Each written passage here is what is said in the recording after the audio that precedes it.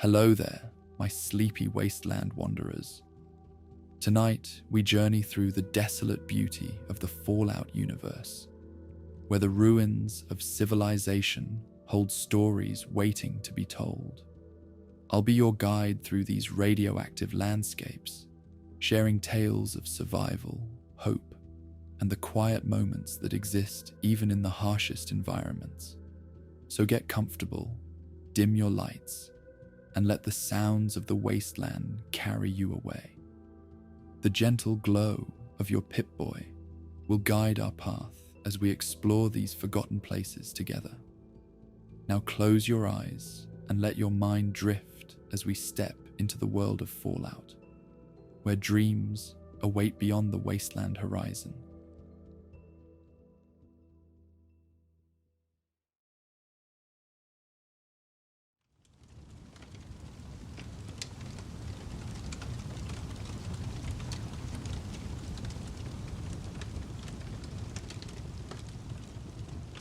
Evening descended upon the ruins of Salem with a gentle permanence, the last amber rays of sunlight filtering through clouds of dust and radiation.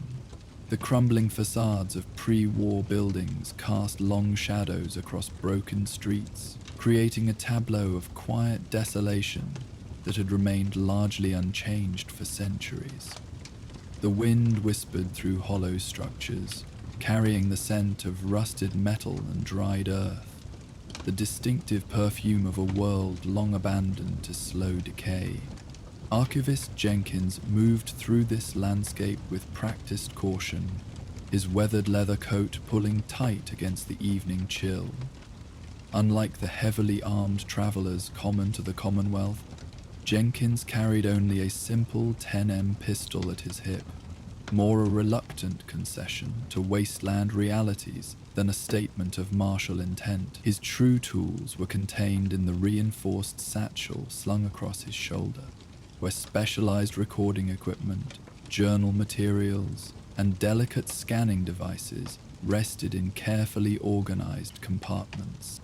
The soft amber glow of his Pip-Boy illuminated the cracked pavement beneath his feet, its navigation interface guiding him through streets rendered unrecognizable by nuclear devastation and centuries of neglect.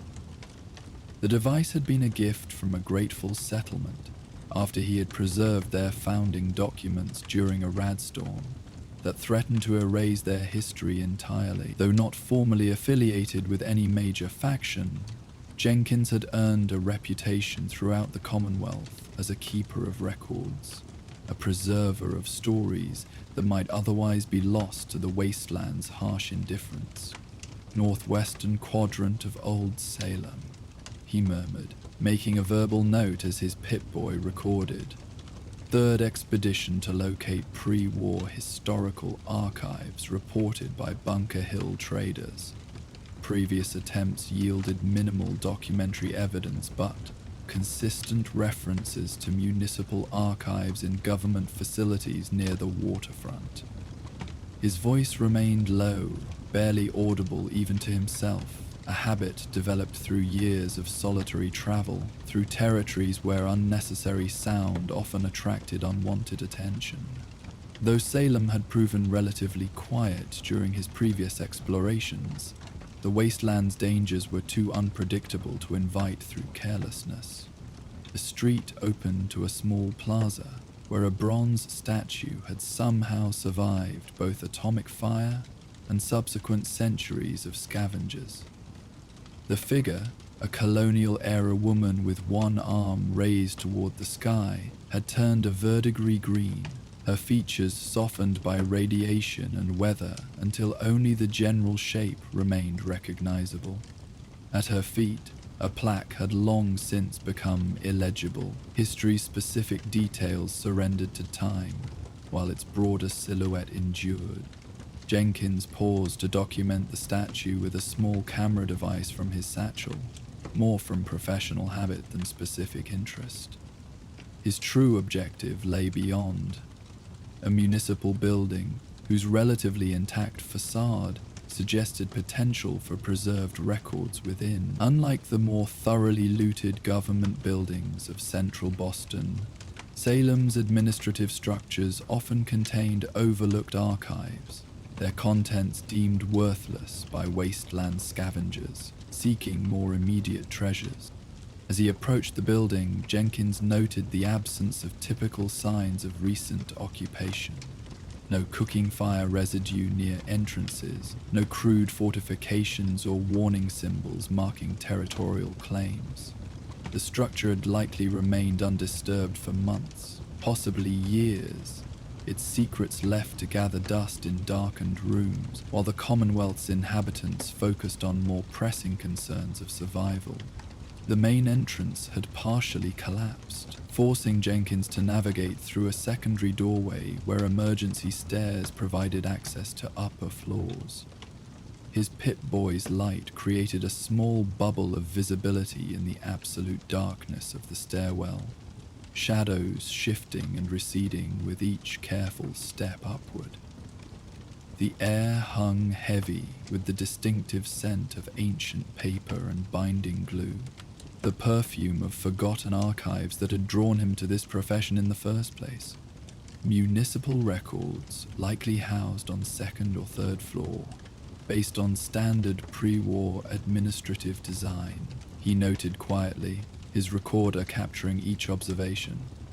Building structure appears sound despite exterior damage. Minimal water infiltration evident, suggesting potential document preservation conditions better than standard Commonwealth averages. On reaching the third floor, Jenkins discovered a wide corridor lined with offices, once the domain of bureaucrats whose daily concerns had been rendered absurdly irrelevant by nuclear devastation. Doorways stood partially open, revealing desks still positioned as they had been when last occupied, chairs pushed back as if their users had stepped away only temporarily. The casual abandonment visible in these rooms always struck Jenkins as particularly poignant.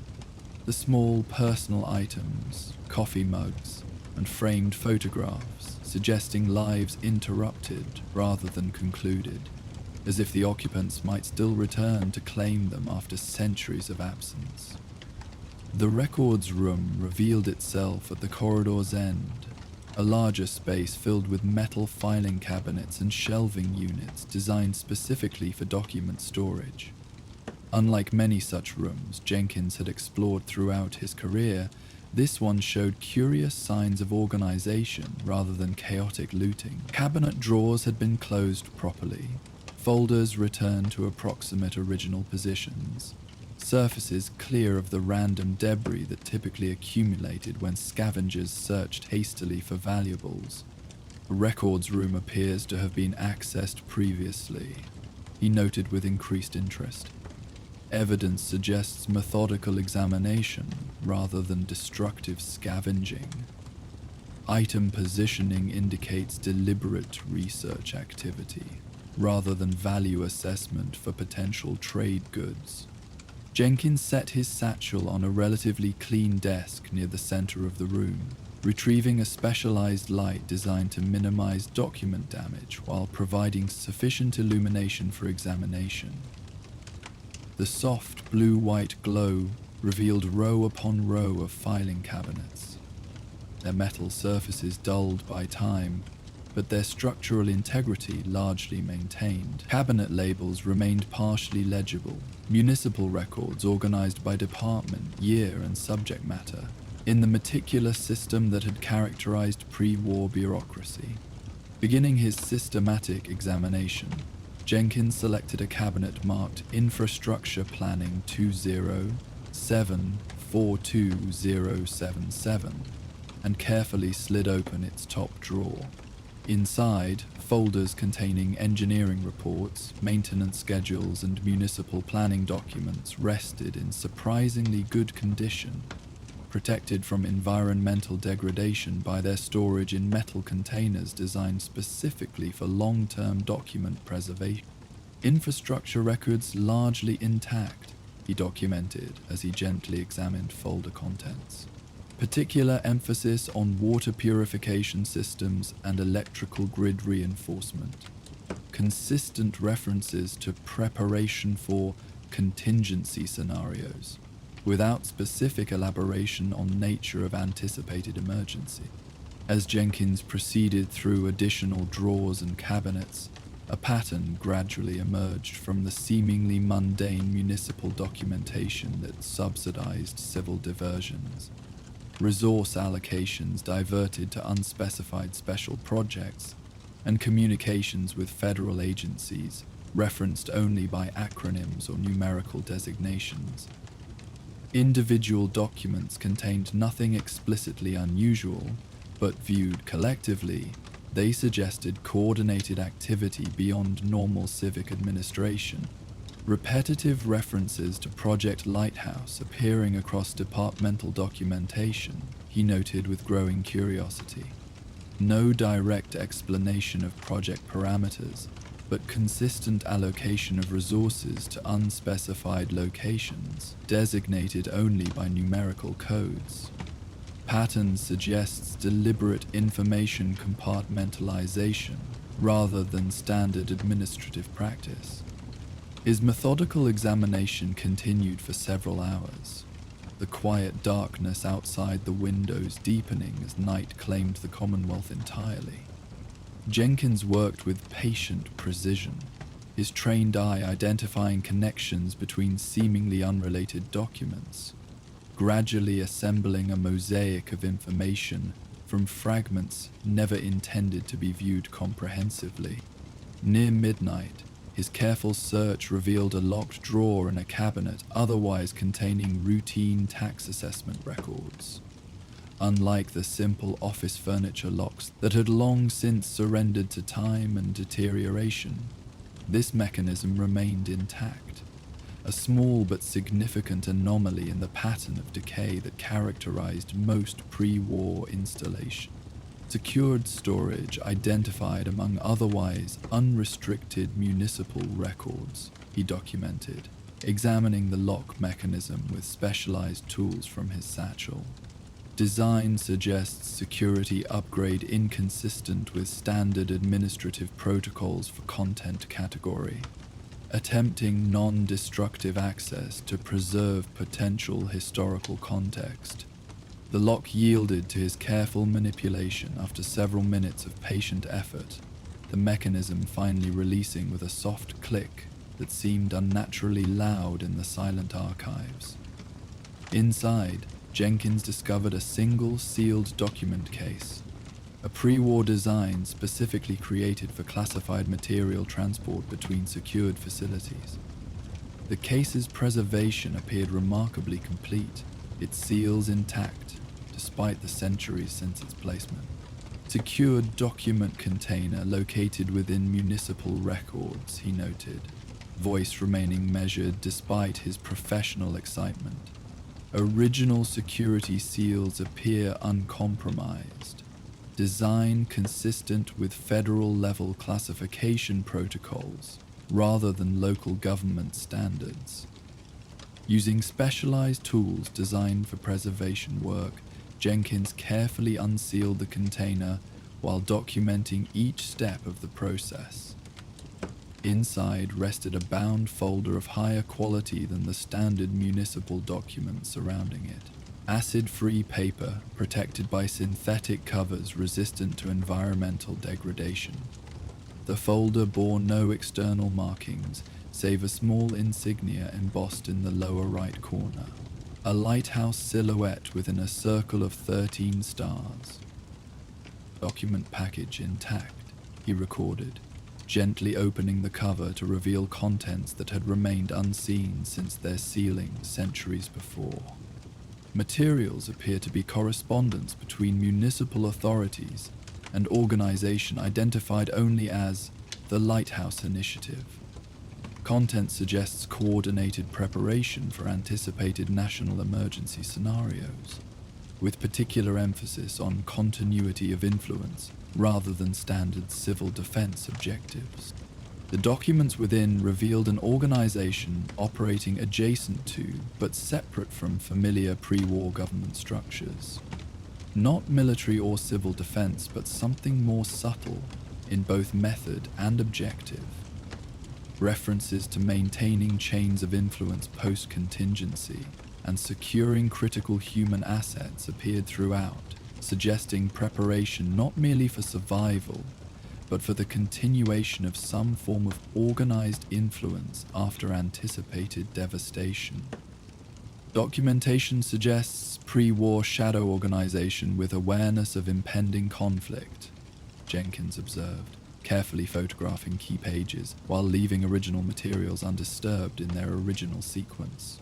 References to nationwide network of lighthouse keepers positioned within municipal governments, corporate leadership, and educational institutions. Apparent objective to maintain societal influence structures through and beyond anticipated nuclear exchange. As he continued examining the materials, Jenkins discovered detailed contingency plans for Salem, emergency supply caches positioned throughout the region, secure communication protocols designed to function without centralized infrastructure, and most intriguingly, a list of local citizens covertly designated as illuminators to be contacted through specified channels after the anticipated emergency period. The Lighthouse Initiative appears to have established a nationwide contingency network before the Great War, he noted, his historian's mind already placing this discovery within broader contextual understanding of pre-war America. Evidence suggests preparation for continuation of organizational influence rather than mere survival. Salem designated as regional node within larger network, with contingency resources allocated for post-war operational continuity. The most significant document, positioned at the folder's center, contained coordinates for multiple locations throughout the Commonwealth, each marked with cryptic designations and priority classifications. One location had been circled in faded ink, with handwritten notation indicating primary repository, regional command continuity site. Document indicates secured facility approximately 22 kilometers southwest of Salem, Jenkins documented, transferring the coordinates to his Pip-Boy's mapping function. Location corresponds to area currently designated as glowing green on Commonwealth trader maps. Region avoided due to persistent radiation and reported unusual phenomena, inconsistent with standard wasteland hazards. This correlation immediately contextualized scattered reports Jenkins had encountered throughout his years traveling the Commonwealth, occasional rumors of lights seen in abandoned areas, travelers describing unexplained feelings of being observed while passing certain regions, and most compellingly, consistent accounts of unusually well-preserved pre-war technology discovered by scavengers in areas that should have been thoroughly looted decades earlier. Possibility emerging of continued Lighthouse Initiative operations post-war, he noted. The historian's natural caution tempering his speculation despite mounting evidence. Reports previously catalogued as wasteland folklore may represent actual observations of surviving organizational activities. Salem records may constitute first documented evidence of intentional continuity between pre-war influence structures and current Commonwealth power dynamics. As Jenkins carefully resealed the document package, returning it to its secure drawer with preservation materials to prevent further environmental degradation, he became aware of a subtle shift in the archive room's atmosphere. The quality of silence had changed, transitioning from the empty absence of sound to the pregnant stillness of intentional quiet. Someone else had entered the municipal building during his absorbed examination of the documents. Moving with deliberate calm, Jenkins closed the filing cabinet with minimal sound, secured his satchel, and adjusted his position to maintain clear sight lines to the room's only entrance. His hand moved to the 10-3 pistol at his hip, not drawing it, but ensuring it remained accessible if needed. The Wasteland had taught him to prepare for potential hostility, while not assuming it prematurely. Footsteps became audible on the stairwell, unhurried and making no particular effort towards stealth, suggesting either confidence or a lack of hostile intent. Jenkins remained motionless, controlling his breathing to maintain maximum auditory awareness as the steps approached the 3rd floor corridor. A figure appeared in the archive room doorway moments later, a woman of indeterminate middle age wearing practical traveling clothes similar to any Wasteland trader, though of noticeably higher quality and maintenance than most. She carried no visible weapon, her posture suggesting neither aggression nor alarm at finding another person in the supposedly abandoned building. "Archivist Jenkins," she stated rather than asked, her voice carrying the measured confidence of someone confirming known information rather than making an inquiry. "Your work documenting the Commonwealth's historical records has become quite well regarded in certain circles." Jenkins maintained his position, neither retreating nor advancing, his expression revealing nothing of his internal assessment. "You seem to have me at a disadvantage," he replied with professional courtesy that deliberately masked his heightened alertness. "A temporary circumstance only," she responded with a slight smile that suggested genuine amusement rather than threatening intent. "My name is Evelyn. I represent certain interests that value historical accuracy and the preservation of institutional knowledge, objectives that appear to align with your own professional endeavors. Most Commonwealth residents show little interest in historical documentation beyond immediate practical applications," Jenkins observed, maintaining conversation while evaluating potential motivation for this unusual encounter. Evelyn moved further into the room with unhurried grace, glancing at the filing cabinets with knowing familiarity rather than curiosity. Most residents concern themselves with immediate survival rather than broader continuity.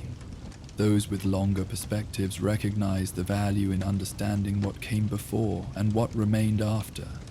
The specific phrasing caught Jenkins's attention immediately, its parallel to terminology in the lighthouse documents too precise for coincidence. "You've visited these archives before," he stated rather than asked, watching her reaction carefully. "Let's say I'm familiar with their contents," she acknowledged, moving to the cabinet he had recently closed and running her fingers lightly across its surface.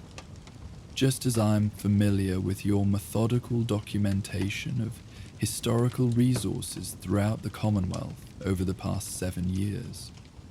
Your work, preserving settlement charters in Covenant, recovering the founding documents of Diamond City, cataloguing pre-war governance structures, all quite thorough." The comprehensive knowledge of his professional activities suggested observation beyond casual interest, raising questions about both means and motivation. "Historical documentation provides valuable context for current societal development," Jenkins offered neutrally. "The past offers perspective on present challenges." "Indeed," Evelyn agreed, her attention shifting fully to him rather than the surrounding archives. "And sometimes the past offers more than perspective. Sometimes it remains actively present, continuing its work beyond its expected conclusion." The statement hung in the air between them, its implications expanding in the silence that followed. Jenkins considered multiple potential responses, evaluating each against limited available information about this unexpected encounter. "The Lighthouse Initiative," he finally stated, watching her reaction carefully.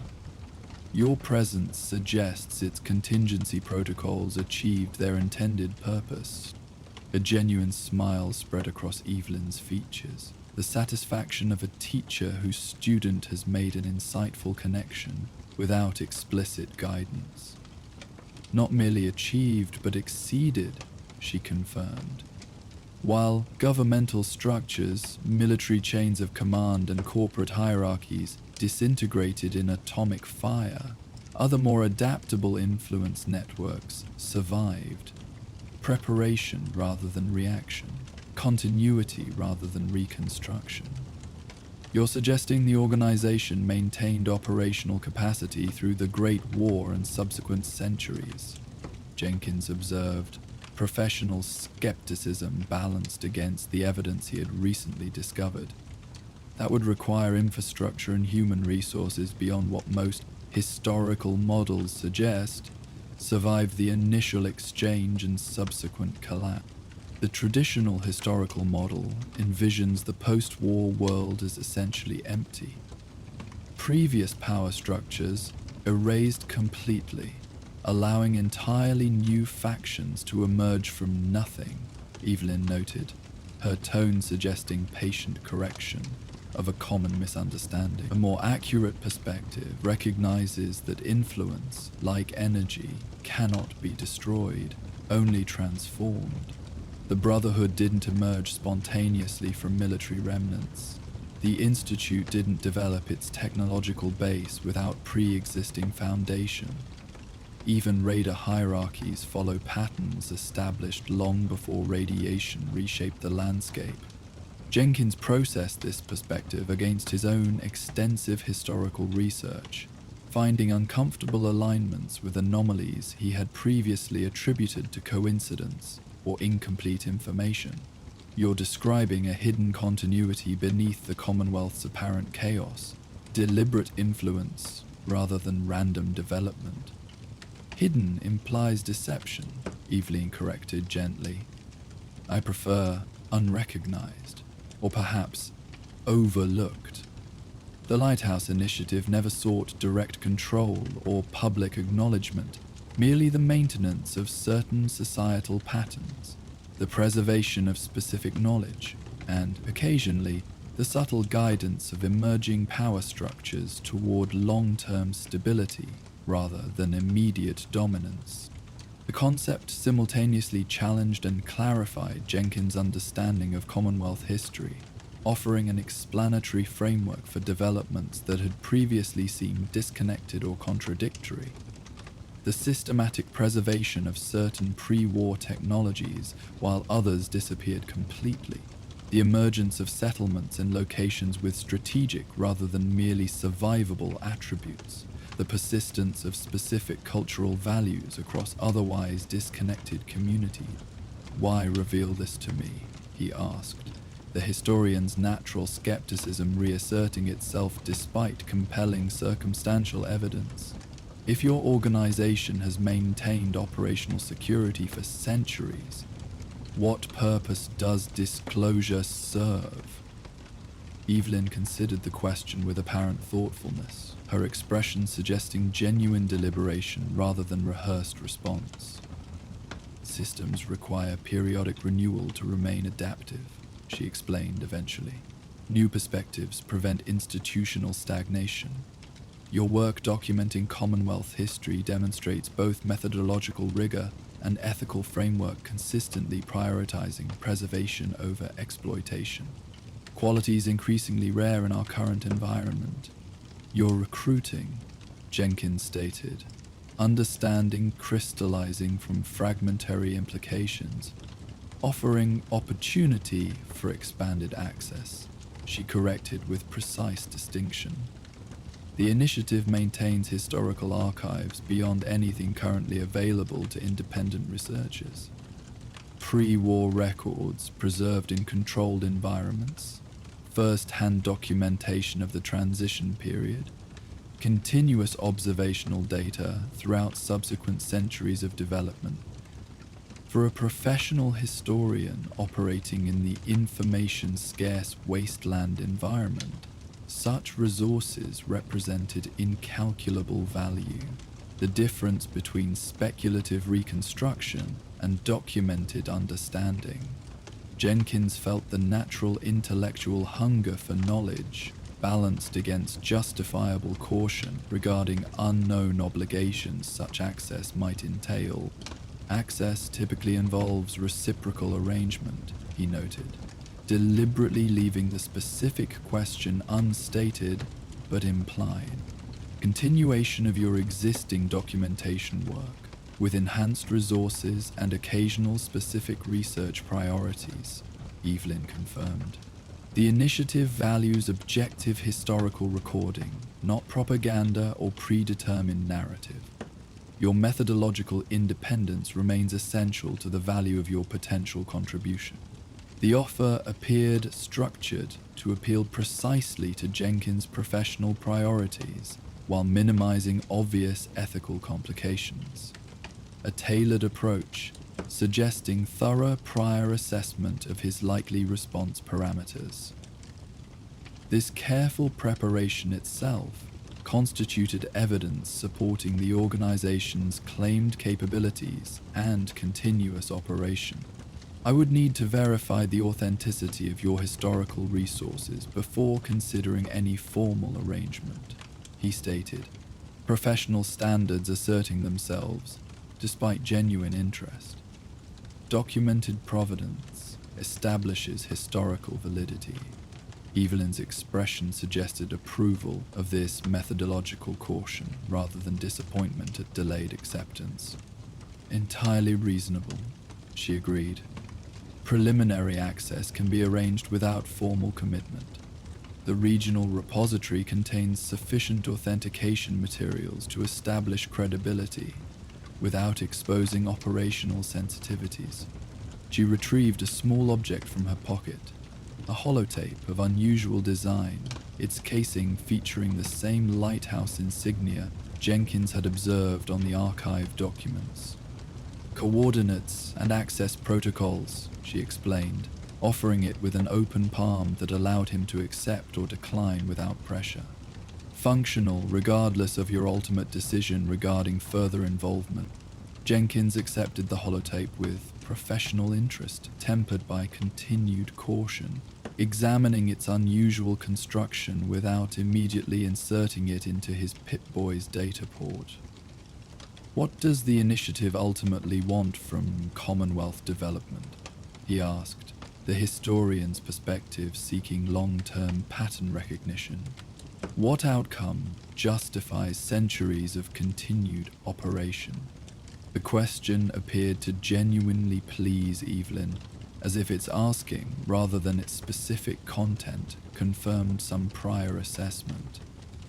The same objective it has pursued since before the bombs fell, she replied. Not control, not dominance, not imposition of specific ideology, merely the continuation of human progress beyond any single catastrophic interruption. The preservation of sufficient foundations that civilization can rebuild, regardless of which specific factions ultimately predominate in the visible power structure.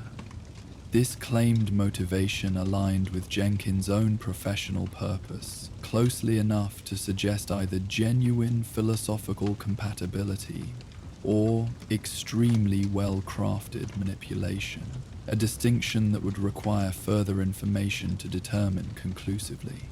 The historian's methodological training emphasized suspension of judgment pending sufficient evidence, a principle equally applicable to both ancient documents and unexpected wasteland encounters. I'll examine the repository location, he decided. Commitment limited to investigation while avoiding definitive acceptance or rejection of the larger proposition. Historical verification requires direct source examination. A properly methodical approach, Evelyn acknowledged with apparent approval. The repository entrance will be accessible for 72 hours following your arrival. Security systems are calibrated to recognize your specific Pip-Boy transmission signature, documented during your previous expeditions to Salem Historical Society and Cambridge Records Office. This casual confirmation of prior monitoring would have been more unsettling without the evidence of long-term observation Jenkins had already inferred from her knowledge of his professional activities. Instead, it provided additional circumstantial support for the organization's claimed capabilities and operational continuity. Until our next meeting, Archivist Jenkins, Yvonne Ligon concluded, turning toward the doorway with the same unhurried confidence that had characterized her arrival. History is not merely what happened, it's what continues to happen beneath the surface of more visible events. Your work matters more than you've recognized. She departed with measured steps down the corridor, leaving Jenkins alone in the archives with new information that simultaneously illuminated and complicated his understanding of Commonwealth history. The holotape in his hand represented potential access to historical resources beyond anything currently available to independent researchers, and possible connection to an organization whose existence challenged fundamental assumptions about post-war societal development. As midnight deepened toward early morning, Jenkins carefully secured the original lighthouse documents, with preservation materials to protect them from further environmental degradation.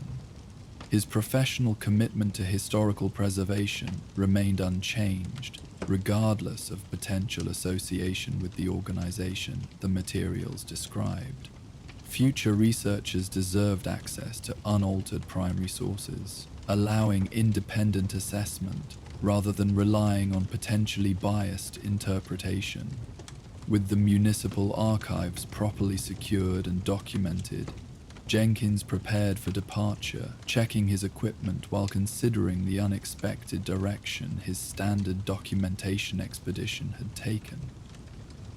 The holotape remained secure in his satchel's innermost pocket, its potential information representing both opportunity and uncertainty, to be addressed through methodical investigation rather than immediate conclusion. The Commonwealth night stretched quiet and vast beyond the municipal building's broken windows, stars wheeling overhead in patterns unchanged by nuclear devastation or human reconstruction efforts.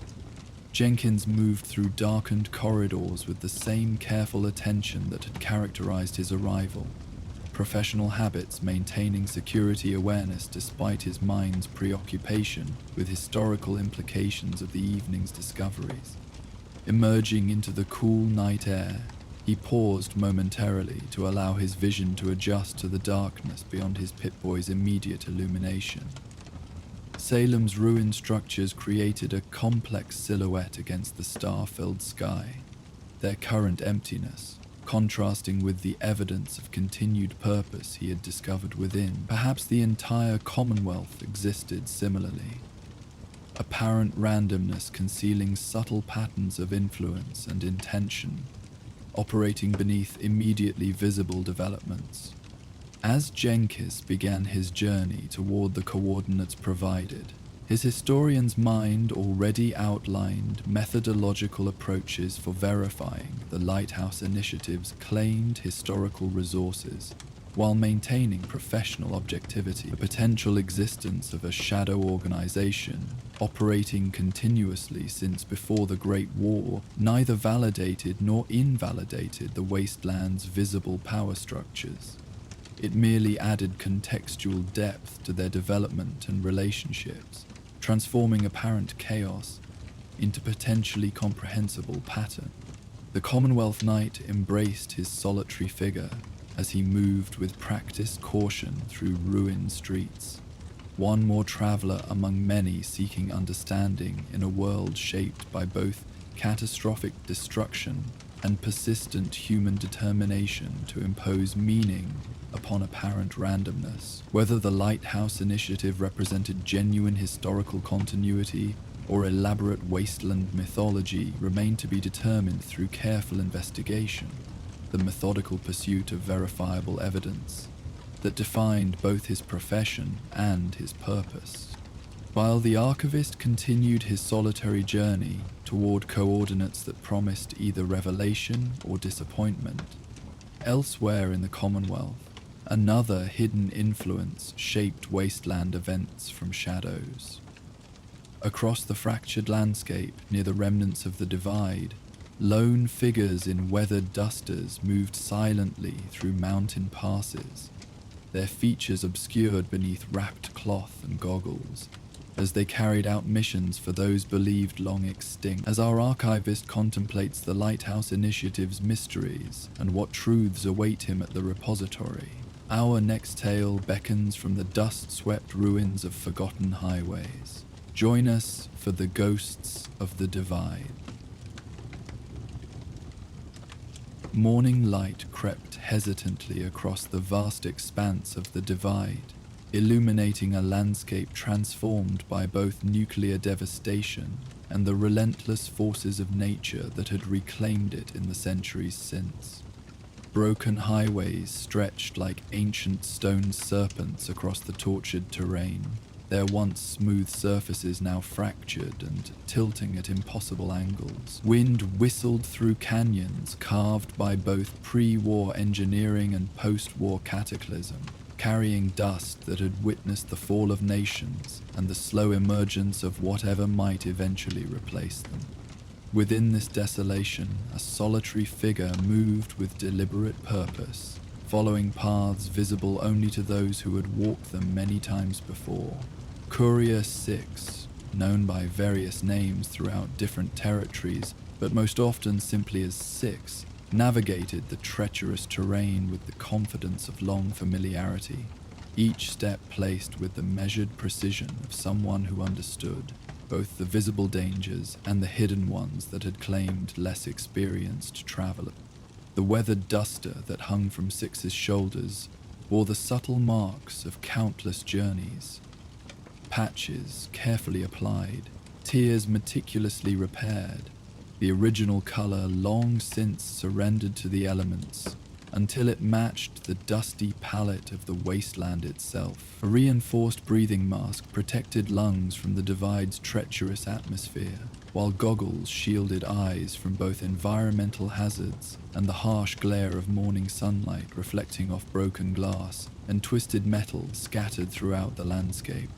Third day from Hopeville checkpoint, 6 murmured into a small recording device secured to the duster's lapel. Weather patterns stable, minimal storm activity in northern quadrant. Primary route remains navigable, despite recent seismic adjustments near the collapsed overpass. No signs of marked men activity along expected patrol vectors. The voice that emerged from behind the breathing mask carried the measured cadence of someone accustomed to solitude. Words chosen with precise economy, observations catalogued with methodical attention to detail. The divide had taught its rare, permanent inhabitants that survival depended on such careful attention, with patterns recognized and respected, rather than challenged or ignored. 6 paused atop a ridge that provided momentary vantage across a significant portion of the surrounding territory. From this elevation, the true scope of the divide's transformation became fully visible. A convergence of natural canyon systems and manufactured transit corridors, rendered chaotic by multiple catastrophes, yet retaining ghostly echoes of their original purpose. Pre-war highways could still be traced through the disrupted landscape, their intended paths visible despite violent interruptions where the earth had literally torn itself apart during the cataclysmic events that had created this unique wasteland. The courier's attention focused on a particular structure, approximately 2 kilometers distant, a partially collapsed administrative building that had once monitored the vast transportation network flowing through this region.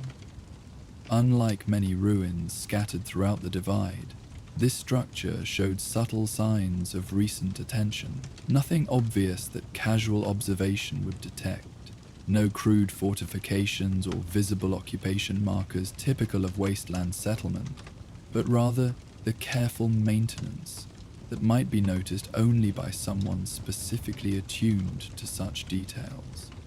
Primary observation point maintained, 6 noted quietly, adjusting specialized binoculars to examine the distant structure more carefully. External integrity preserved at approximately 60%, consistent with previous assessment. Security measures appear active but passive in current configuration, monitoring rather than deterrent. This observation represented one element of a much larger pattern 6 had been documenting for nearly 3 years. A constellation of locations throughout the divide where subtle indications suggested presence without obvious occupation, purpose without visible activity. While most wasteland travelers avoided this region entirely due to its legendary hazards, and the few who ventured through focused solely on swift passage rather than careful observation, 6 had dedicated thousands of hours to methodically mapping these anomalies against both geographical and temporal frameworks, adjusting course to approach the administrative building from its southern exposure, a route that offered optimal concealment through broken terrain. 6 moved with the measured pace of someone conserving energy for sustained effort rather than brief exertion. The weighted pack secured across broad shoulders contained supplies calculated for extended observation rather than merely reaching a destination. Water and provisions carefully rationed for maximum duration without sacrificing necessary physical capability.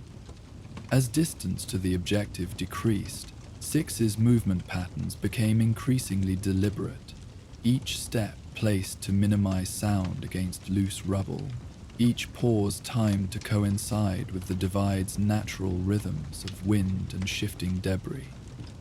This wasn't the cautious approach of someone fearful of detection, but rather the practiced protocol of an observer unwilling to influence the environment being studied, simply through the act of observation itself. Reaching a position approximately 200 meters from the structure, a collapsed highway section that provided both stable elevation and natural concealment, 6 established a primary observation post with practiced efficiency. Equipment emerged from the pack in specific sequence. First, the stabilized observation platform, then enhanced optical equipment with radiation shielding, followed by specialized recording devices designed for extended autonomous operation without maintenance, each component locked into predetermined configuration with minimal adjustment required, suggesting frequent previous deployment under similar conditions. Observation post established its secondary vector point. 6 documented while the equipment initialized its automated protocols. Time index 930 hours. Atmospheric conditions favorable for extended visibility. Commencing standard observation pattern with enhanced attention to northeastern entrance, where previous activity patterns indicate highest probability of movement during morning hours. The rhythm of careful observation settled around 6 like a familiar companion. The disciplined patience of someone who measured progress in increments often invisible to others. While wasteland scavengers might spend hours searching for valuable salvage, and traders constantly calculated the immediate profit potential of their journeys, 6's attention focused on patterns that emerged only through sustained vigilance across extended time frames. The gradual revelation of purpose through accumulated observation rather than immediate discovery. By midday, that patience revealed its first reward. Movement became visible at the structure's northeastern access point, subtle and easily dismissed as environmental activity by casual observation, but unmistakable to trained attention, focused specifically on that location. A section of wall that appeared externally to be random collapse shifted slightly, revealing a carefully disguised entrance designed to blend seamlessly with the surrounding structural damage. Through enhanced optics, Six observed a figure emerge from this concealed access. A person wearing attire that initially appeared to be standard wasteland travel gear, but upon closer inspection, revealed subtle distinctions in both material quality and functional design. The breathing apparatus covering the lower portion of their face resembled common dust protection, but its filtration components displayed more sophisticated construction than typical wasteland salvage. Similarly, what might casually appear to be a standard leather armor ensemble revealed itself as a carefully modified pre-war tactical uniform, its original military purpose disguised beneath deliberate weathering and strategic modification. Single occupant emerged at 12:17 hours. Six documented with measured focus. Subject displays equipment consistency with previous observations. Modified pre-war tactical gear masquerading as standard wasteland attire. Purposeful degradation of military indicators while maintaining functional capabilities.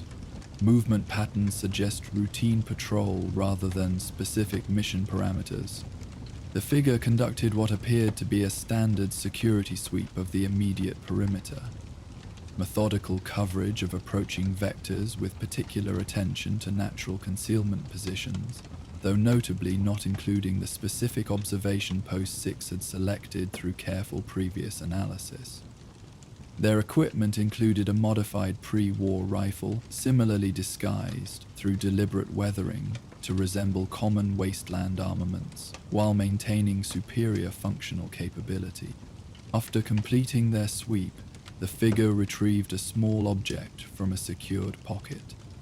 A device resembling a standard Pip-Boy, but with significant modifications visible even at this distance. They appeared to check specific readings, adjust several settings, and then scan the surrounding horizon in a pattern suggesting signal detection rather than visual observation. Subject utilizing modified communications equipment consistent with previous observations, Six noted. Scanning pattern suggests scheduled check-in procedure rather than response to detected anomaly. Temporal consistency with observed patterns from northern checkpoints approximately 72 hours prior.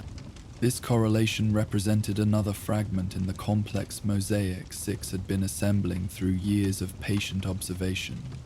A pattern of coordinated activity across multiple locations throughout the divide, maintaining communication protocols and security procedures with military precision, despite no visible connection to any recognized wasteland faction.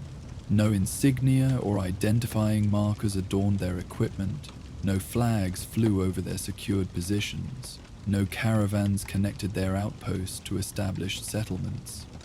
The figure completed their communication procedure, secured their equipment, and then performed another abbreviated security sweep before returning to the concealed entrance.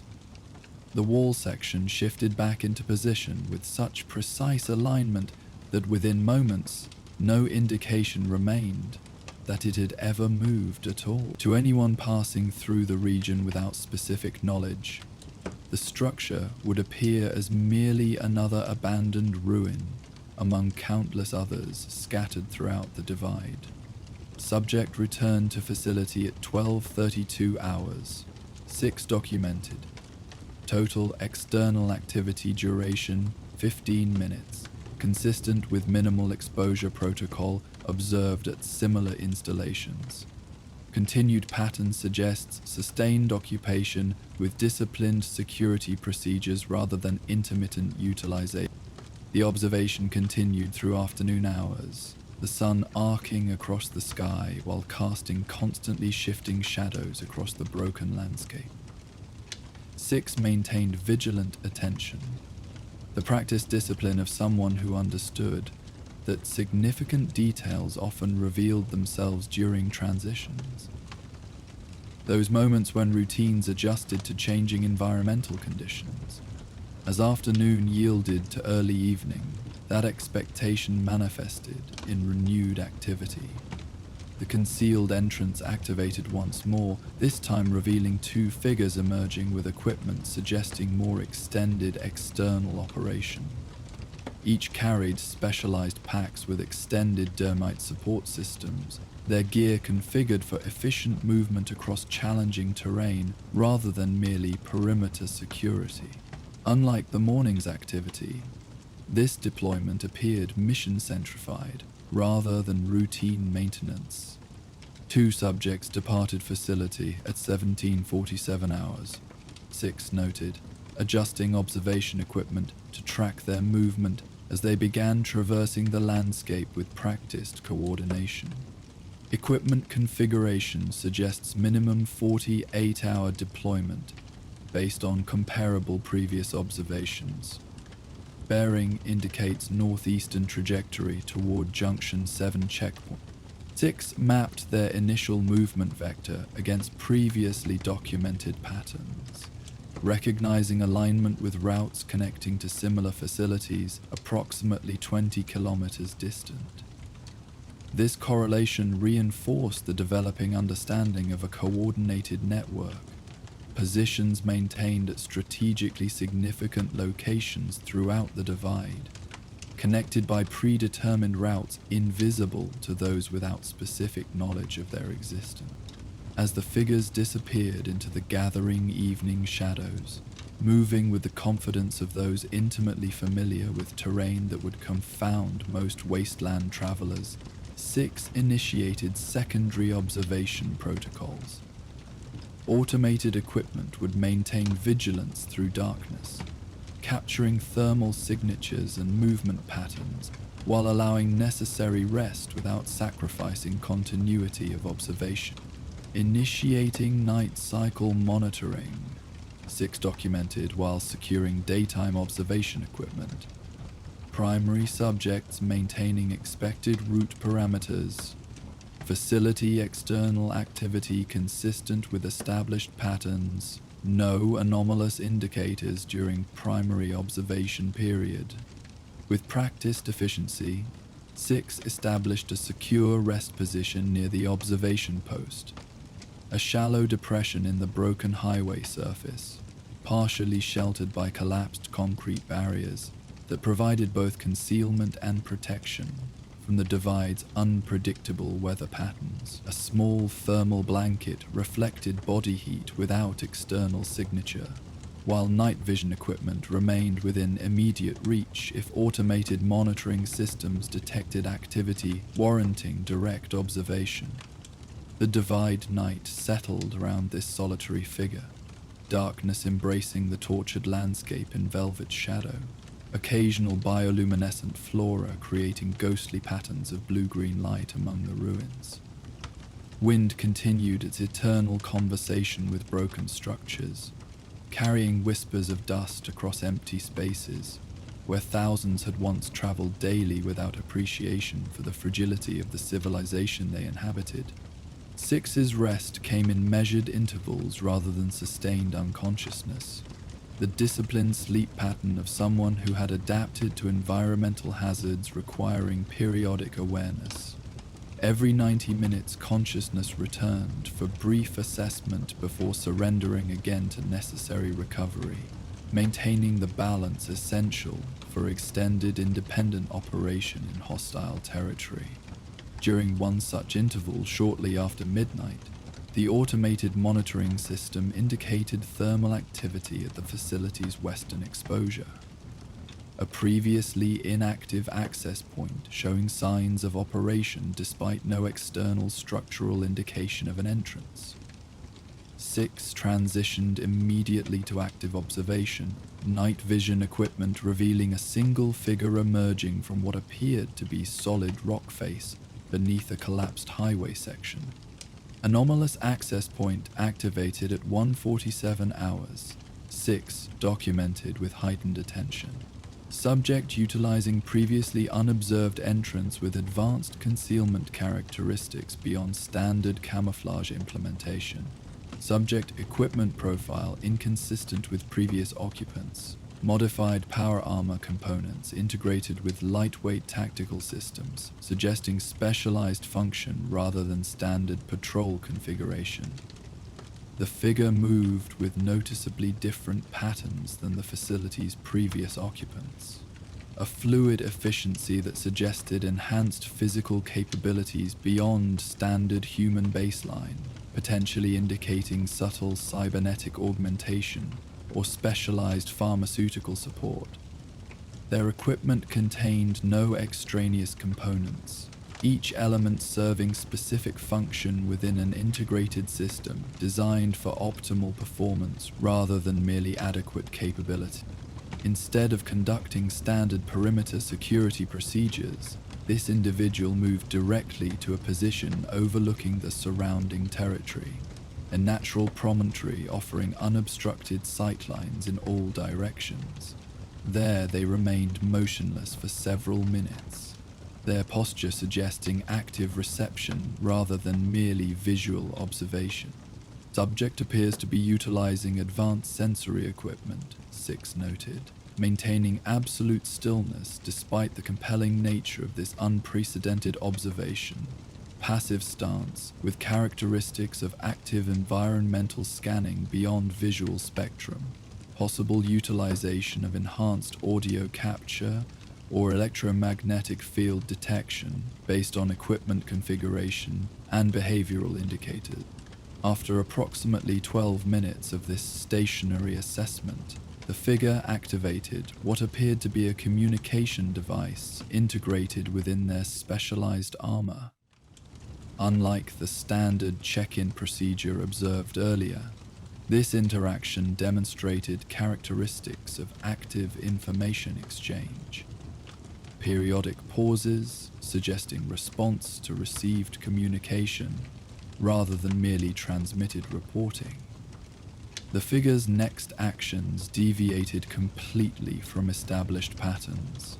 Rather than returning through their concealed access point, they began systematic adjustment of what appeared to be environmental monitoring devices placed at strategic locations around the facility's perimeter. Devices so perfectly integrated with the surrounding landscape that 6 had not detected them despite months of cumulative observation at this location. Each adjustment followed precise protocol, suggesting maintenance of sophisticated surveillance network beyond merely human observation. Subject maintaining extensive automated monitoring system. 6 documented with professional appreciation for the technical implementation being observed. Equipment displays pre-war military design characteristics but with significant post-war modification and enhancement. Integration suggests continuation of technological development rather than merely preserved utilization of recovered systems. This observation fundamentally altered the emerging understanding 6 had been developing through years of patient documentation. The network throughout the divide wasn't merely surviving with preserved pre-war technology.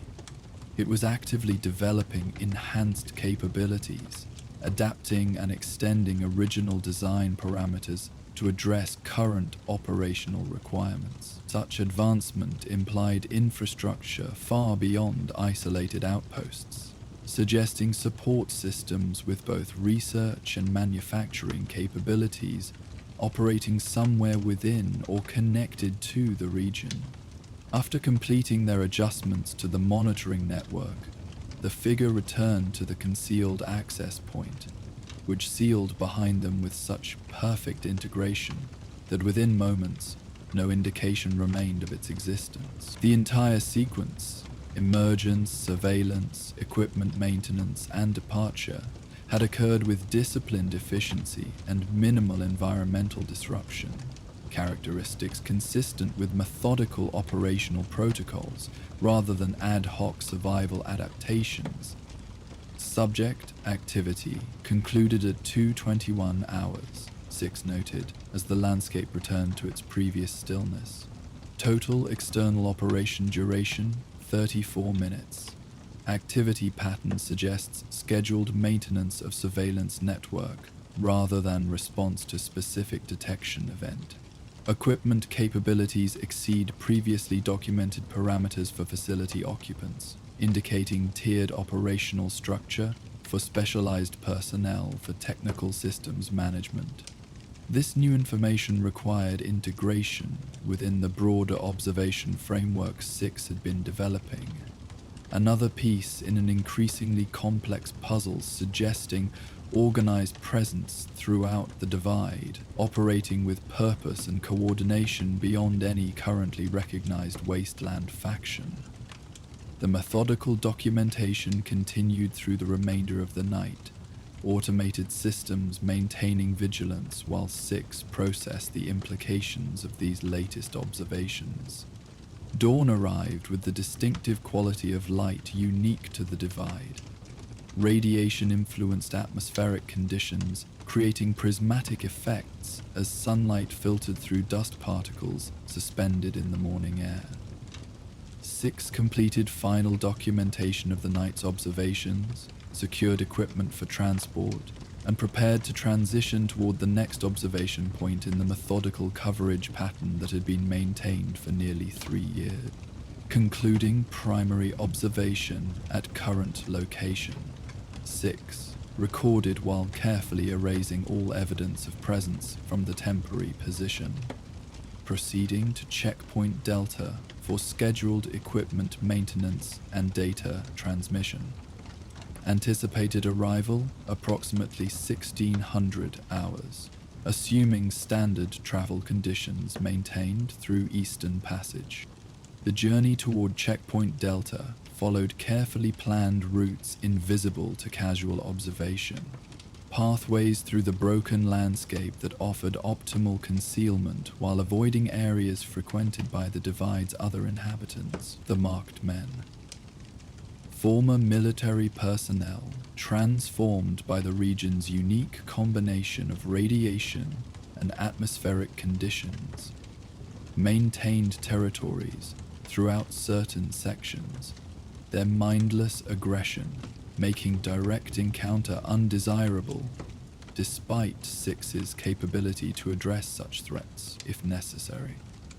By mid-afternoon, the distinctive silhouette of Checkpoint Delta appeared on the horizon, a small bunker nestled within a natural rock formation, its entrance concealed behind a carefully maintained rock slide that could be navigated via a path known only to those specifically informed of its existence. Unlike the facilities under observation, this location served SIX's independent operation, a secure position for equipment maintenance, data consolidation, and the periodic transmission of encrypted information packages to designated recipients. Upon reaching the checkpoint, SIX performed standard security verification, checking subtle indicators established during previous departure that would reveal any unauthorized access during absence. Finding everything undisturbed, entry protocols were initiated, the concealed door releasing with pneumatic hiss after correct sequence input into a weathered keypad disguised among the surrounding rock face. The bunker's interior presented stark contrast to the harsh landscape outside. A space of ordered functionality where technology from multiple eras had been integrated into cohesive systems serving specific purposes. Power supplied by carefully maintained solar collectors provided illumination and operational capability for communication equipment, data storage systems, and the specialized maintenance tools necessary for field equipment longevity in the divide's harsh condition. Checkpoint Delta secured at 1547 hours. 6 documented after resealing the entrance behind them. Primary systems operational, power reserves at 83% capacity. No indication of unauthorized access attempt or environmental compromise during scheduled absence. Removing the breathing mask and goggles that had protected against the divide's environmental hazards revealed a face weathered by exposure and experience, features neither distinctly male nor female in the traditional sense, but rather carrying the androgynous quality common to those whose identity had been shaped more by purpose than conventional social definitions. Eyes that had witnessed both wasteland brutality and unexpected moments of grace surveyed the checkpoint's interior with the satisfied recognition of a space that served function without wasted resource or unnecessary adornment. With practiced efficiency, 6 began the standard post-observation protocols, transferring recorded data from field equipment to more robust storage systems, conducting preventative maintenance on observation tools, preparing encrypted data packages for scheduled transmission. Each action followed established procedure, developed through experience and refined through practical application, creating rhythmic efficiency that required minimal conscious direction after thousands of repetitions. Initiating data consolidation and analysis, 6 noted, as specialized equipment began processing the accumulated observations from recent monitoring activities. Priority assessment for anomalous personnel and equipment observed at Primary Site 17. Correlation analysis against historical documentation for similar observations throughout monitored network. While automated systems conducted initial data processing, 6 prepared modest sustenance, preserved provisions supplemented with carefully cultivated fungi that thrived in specific radiation conditions unique to the Divide. This specialized diet had been developed through years of experimentation, providing optimal nutritional support for extended independent operation in the region's challenging conditions. As evening approached, the primary communication window opened, a brief period when atmospheric conditions and satellite positioning allowed secure transmission to distant receivers without significant risk of interception or degradation. 6 activated specialized equipment, salvaged from pre-war military communication systems, but significantly modified with technologies from multiple sources, creating capabilities beyond original design parameters. Initiating scheduled transmission, 6 documented as the system performed final encryption protocols. Package includes 72 hours of observation data, preliminary analysis of anomalous activities at Primary Site 17, and updated movement patterns for marked men territories in Northeastern Quadrant. The transmission completed in under 3 minutes. A compressed data package sent to receivers positioned at significant distance from the Divide, their locations known only to a select few who maintain the fragile network of information exchange operating independently from any recognized wasteland power structure. 6 verified successful transmissions through brief acknowledgement code before initiating shutdown protocols to minimize potential detection. With essential operational requirements completed, 6 accessed a heavily modified terminal containing historical records and analytical frameworks developed through years of methodical observation. The accumulated data presented patterns invisible to casual observation, but increasingly clear through sustained documentation. A network of facilities maintaining coordinated presence throughout the Divide, operating with protocols suggesting military origin, but purpose, extending beyond mere territorial control. Errant assessment supports initial hypothesis, 6 noted, reviewing analytical conclusions with critical objectivity rather than desired confirmation. Evidence indicates sustained presence of organized faction throughout the Divide, maintaining pre-war military protocols while operating independent of recognized wasteland political structures. Technological capabilities exceed standard salvage utilization, suggesting continued development rather than merely preserved application. The most compelling question, and the one that had motivated years of patient observation, remained incompletely answered despite accumulated evidence. Who were these people, operating with such disciplined purpose throughout a region most considered uninhabitable? Their equipment and protocols suggested connection to pre-war military organizations, but their continued operation, centuries after the fall of those institutions, required explanation beyond merely stubborn adherence to forgotten orders. The Six accessed a secure data partition containing historical documentation gathered from multiple sources throughout the Western territories. Fragments of pre-war military records, technical manuals for equipment observed in current use, and most significantly, scattered references to specialized military divisions operating with unusual independence from standard chain of command in the years immediately preceding the Great War. Historical correlation suggests possible connection to pre-war Special Operations Division designated Phantom Protocol. Six observed, reviewing evidence supporting this hypothesis. Limited documentation indicates unit authorization for autonomous operation in event of command structure collapse, with pre-positioned resources throughout strategic territories and specialized training for extended independent function without support infrastructure.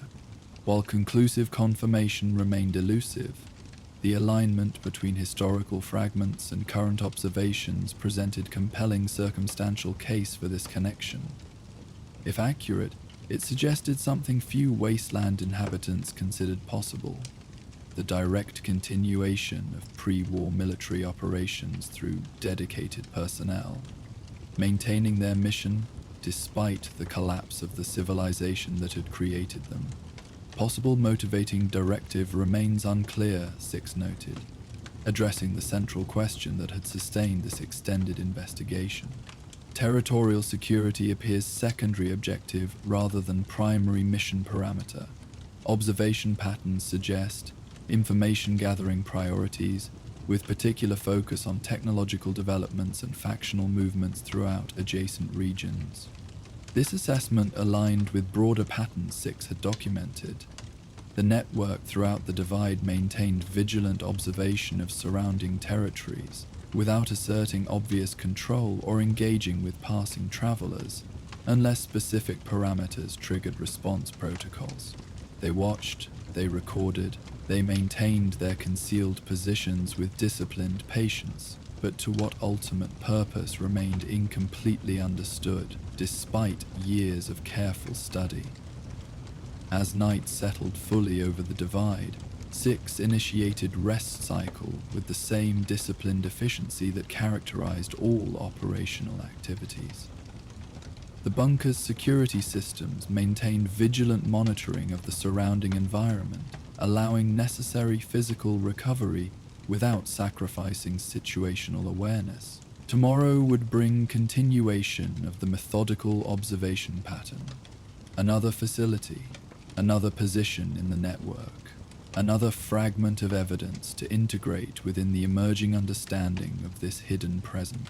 Rest cycle initiated at 22:47 hours. Six documented as final entry before allowing consciousness to temporarily surrender to necessary recovery. Standard duration authorized with automated alert protocols active.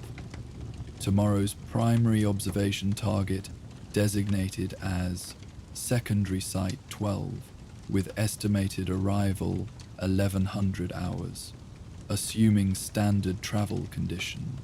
Throughout the divide night, wind continued its eternal conversation with broken structures.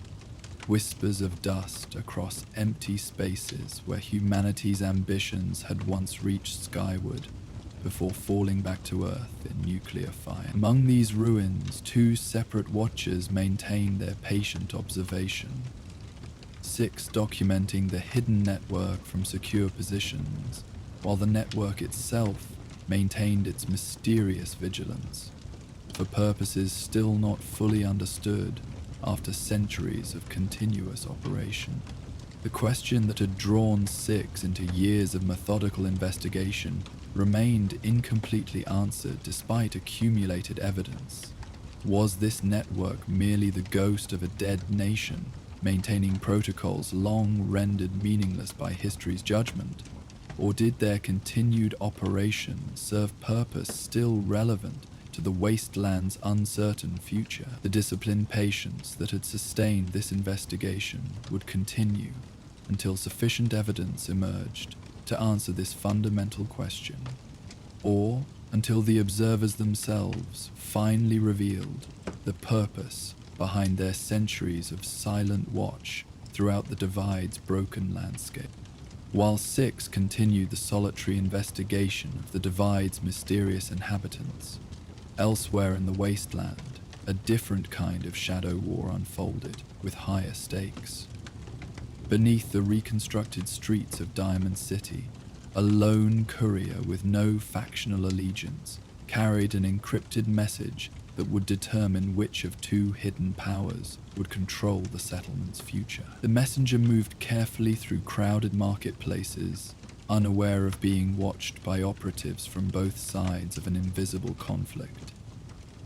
As our explorer rests in the Divide's hidden bunker, contemplating the ghosts of pre-war military units that still patrol broken highways, our next tale beckons from the heart of the Commonwealth's largest settlement.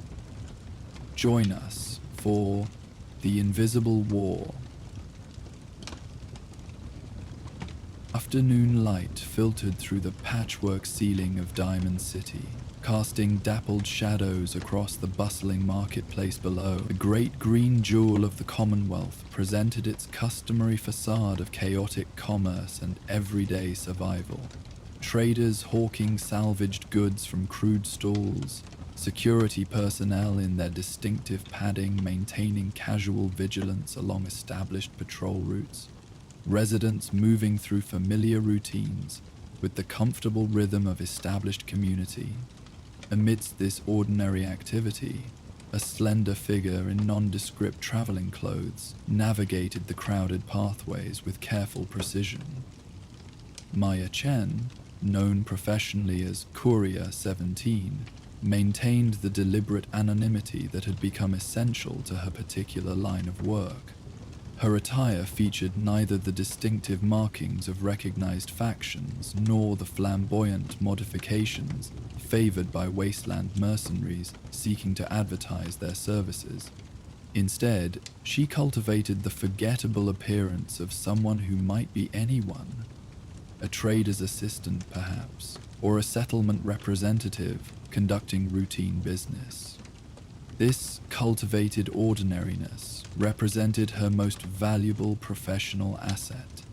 In a world where the Brotherhood's power armor announced authority from considerable distance, and the Institute's distinctive jumpsuits had once immediately identified their synth representatives, Maya's profession required the opposite approach, the ability to move between competing powers without being immediately categorized or remembered. Her current assignment had arrived through established channels, a sealed message delivered to her regular dead drop near Bunker Hill, accompanied by payment in the form of pre-war technical documents rather than the more common currency of bottle caps. The documents alone would have indicated client quality, regardless of compensation amount.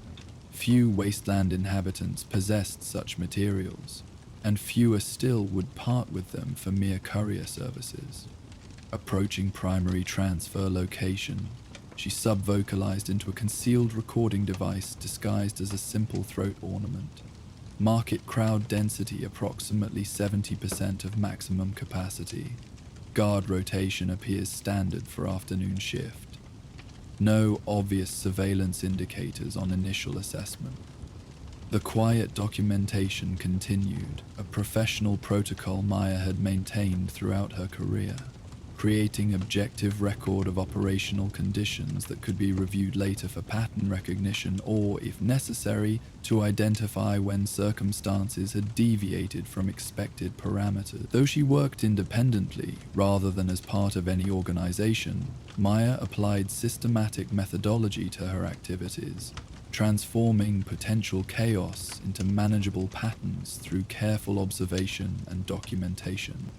A destination lay near Diamond City's central market, a modest noodle stand operated by a protect run, whose programming had degraded just enough to create the distinctively limited conversation that had become part of the settlement's unique character. The location offered multiple tactical advantages for information exchange. Consistent background noise from surrounding commerce, natural movement patterns as customers approached and departed, and sightlines partially obscured by surrounding structures while remaining public enough to discourage direct confrontation. Maya settled onto a stool at the counter, ordering with the standard phrase the robot recognized while performing casual observation of surrounding activity, reflected in the metallic surface of a cooking pot.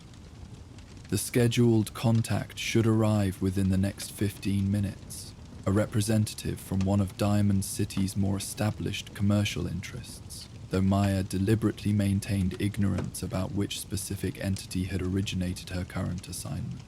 Standard observation protocols active, she noted quietly as a bowl of noodles appeared before her, maintaining awareness of multiple approach vectors while establishing legitimate presence at designated location. No indications of unusual security attention or surveillance focus on current position. This practiced vigilance had preserved Maya's operational effectiveness through 5 years of courier activities, in a region where competing factions often employed extreme measures to intercept sensitive communications. Her services commanded premium rates precisely because she recognized that successful delivery required more than merely transporting physical items from origin to destination. It demanded comprehensive awareness of the information ecosystem surrounding each transaction. As she consumed her meal with unhurried patience, Maya's attention registered a subtle shift in the marketplace's ambient patterns. Nothing obvious that would trigger alarm among Diamond City security or alert the average resident. Merely the gradual adjustment of several seemingly unrelated individuals, whose positioning now created coverage of primary approaches to her location. Potential surveillance pattern emerging, she noted with professional interest rather than concern. 3 individuals establishing triangulation positions with sightlines focused on transfer location. Equipment profiles suggest observation rather than direct intervention capability. Temporal correlation with scheduled exchange suggests specific operational interest rather than routine security activity.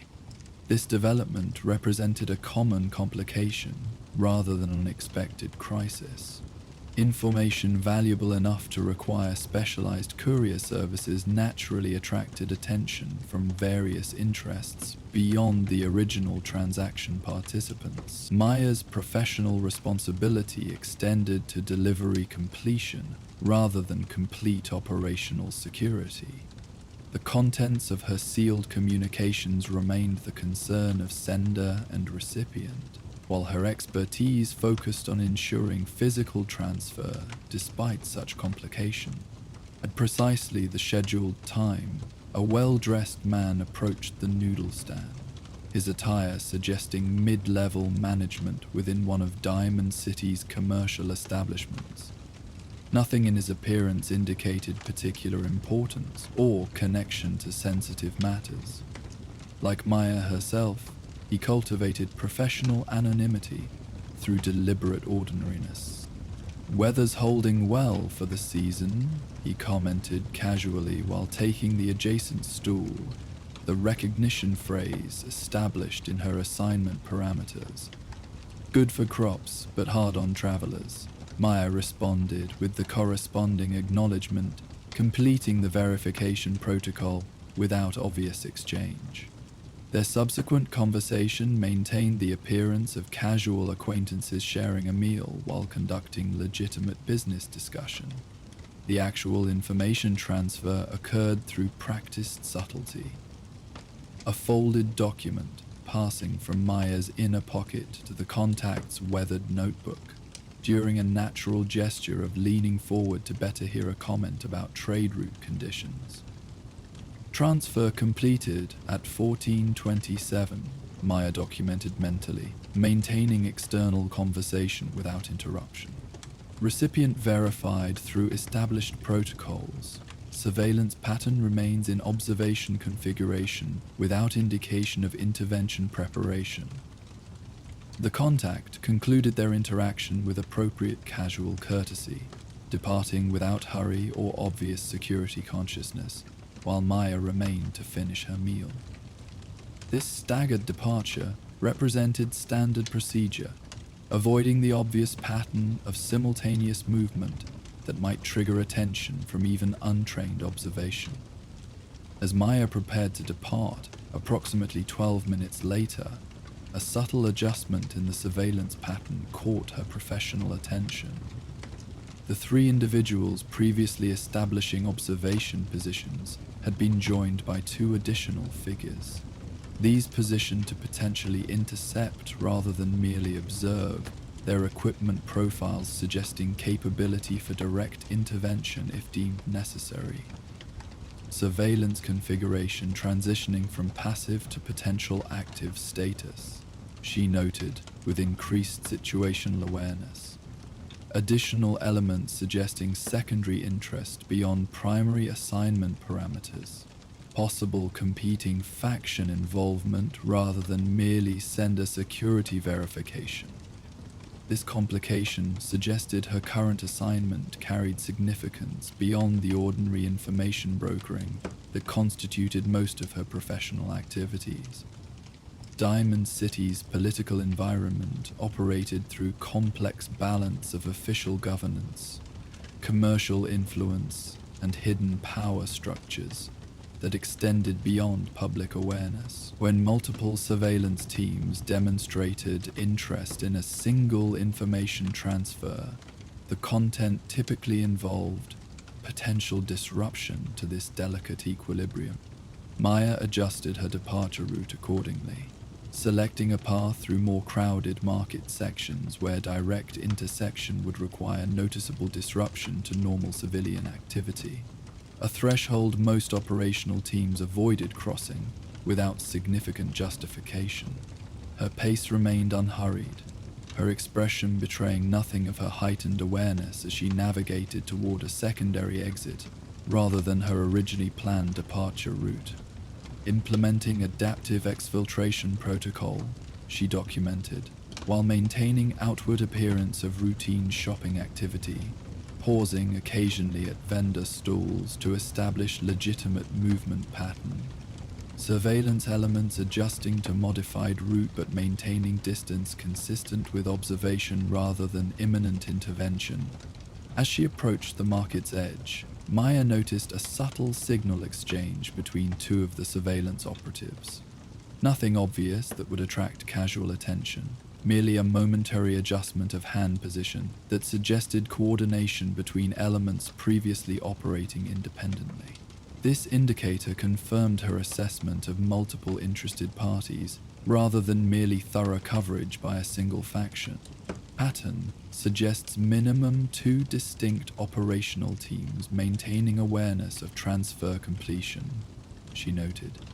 No clear factional indicators visible in equipment or methodologies.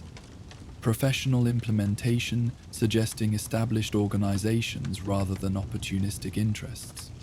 Diamond City's visible power structure, its elected mayor, security force, and prominent commercial establishment, represented merely the surface layer of its actual governance. Beneath this official facade operated networks of influence rarely acknowledged in public discourse. Remnants of institute infrastructure maintained by surviving associates, Brotherhood intelligence assets establishing information sources throughout civilian populations, covert representatives of distant powers seeking strategic advantage in Commonwealth development. These shadow operations maintained perpetual vigilance over information flows that might affect their respective interests. Maya's current assignment had apparently attracted attention from at least 2 such elements, suggesting content with implications beyond routine commerce or political maneuvering.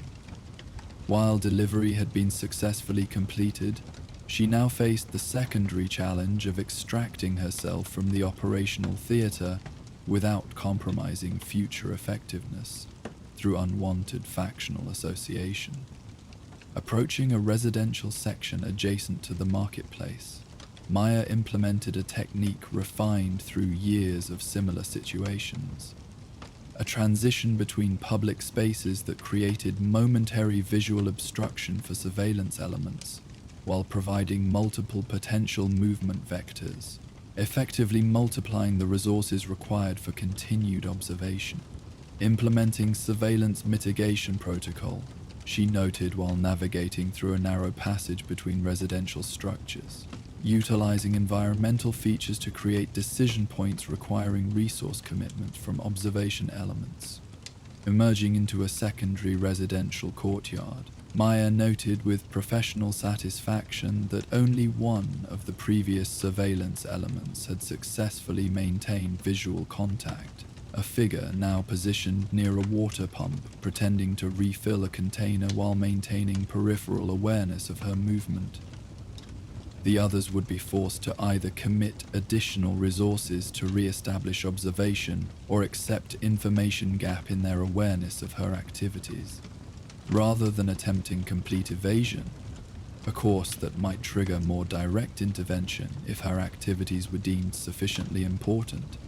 Maya selected a modified approach. She established clearly visible movement toward Diamond City's main gate, while maintaining awareness of pursuit elements, effectively communicating intended departure without attempting operational deception that might escalate response parameters. Transitioning to overt departure profile, she documented as she approached the settlement's main entrance. Establishing clear movement vector while maintaining awareness of surveillance continuation, assessment suggests observation will maintain through departure without direct intervention based on current factional behavior patterns.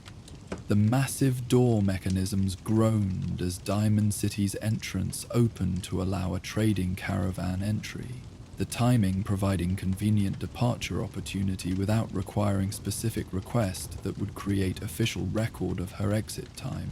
Maya moved through this opening with casual confidence, her pace suggesting routine travel rather than evasion, as she joined the normal flow of individuals entering and leaving the settlement during regular commerce hours. Beyond Diamond City's protective walls, the Commonwealth stretched in typical post-war desolation. Broken structures and debris-scattered streets creating the familiar landscape of civilization, interrupted rather than gradually transformed. Maya maintained a direct route along established travel paths for approximately half a kilometer, allowing any surveillance elements to maintain comfortable observation without requiring conspicuous pursuit activity. Initiating standard departure protocol, she noted upon reaching the intersection where multiple routes diverged toward different Commonwealth destinations.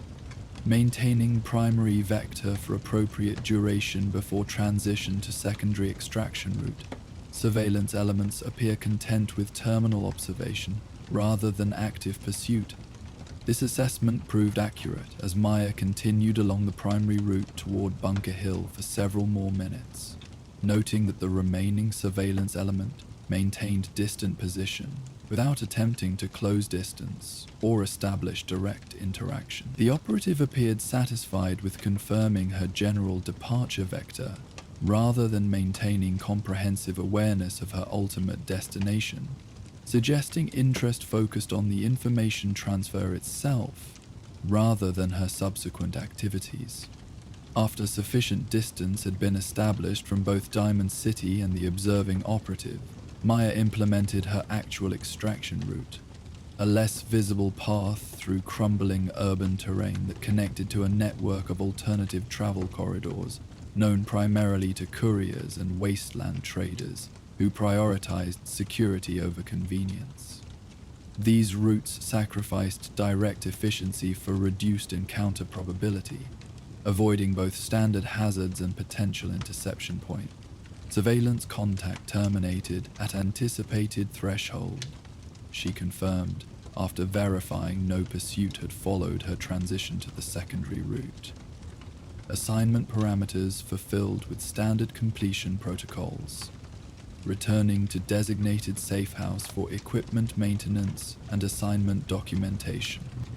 The safe house, a term suggesting greater formality than the reality of a small apartment maintained in a neutral settlement under assumed identity, represented Maya's operational base within the Commonwealth region. Unlike many wasteland travelers who established association with specific factions or settlements, she maintained multiple temporary residences throughout her operational territory, each known to different contacts under separate identities, creating distributed security through compartmentalized information.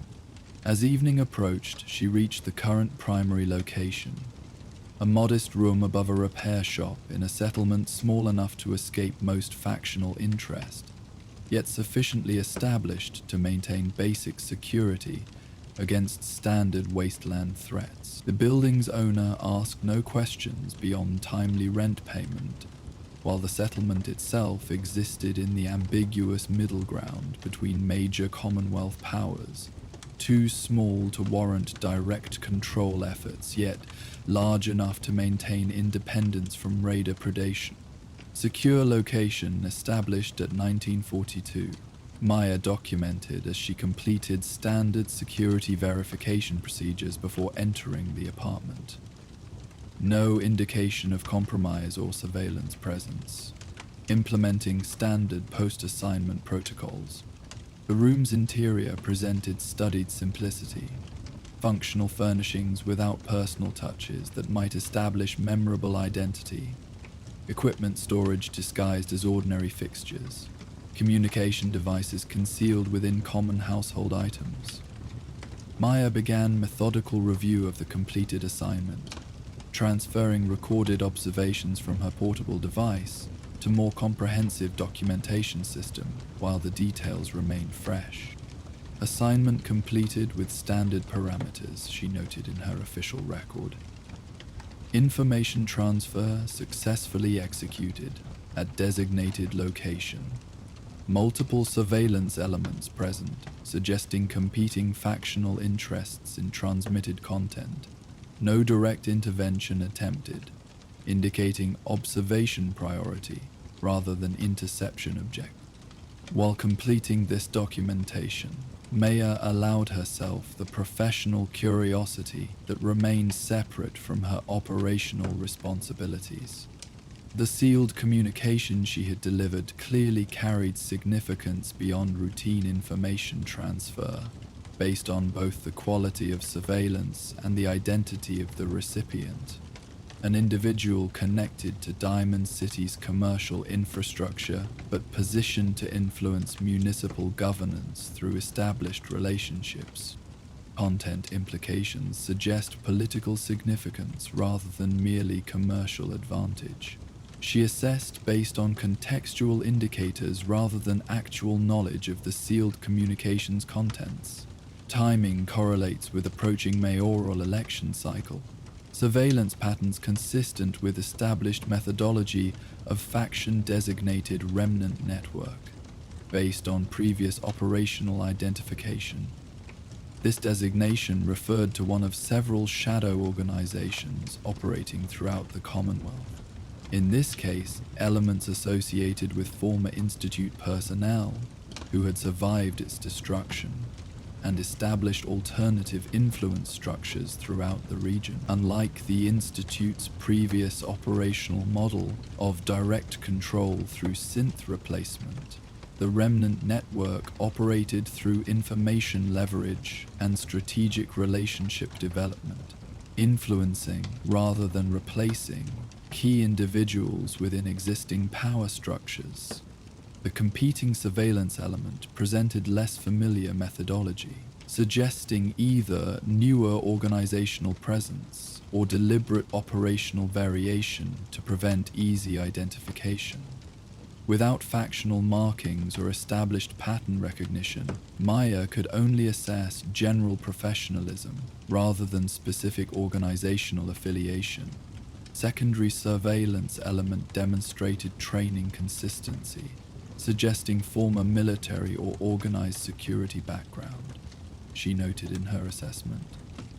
Equipment quality indicating resource access beyond standard wasteland scavenging capabilities. Operational discipline maintained throughout observation period without protocol deviations. These observations would be included in her operational database, contributing to the comprehensive mapping of factional activities throughout the Commonwealth that she maintained as professional reference.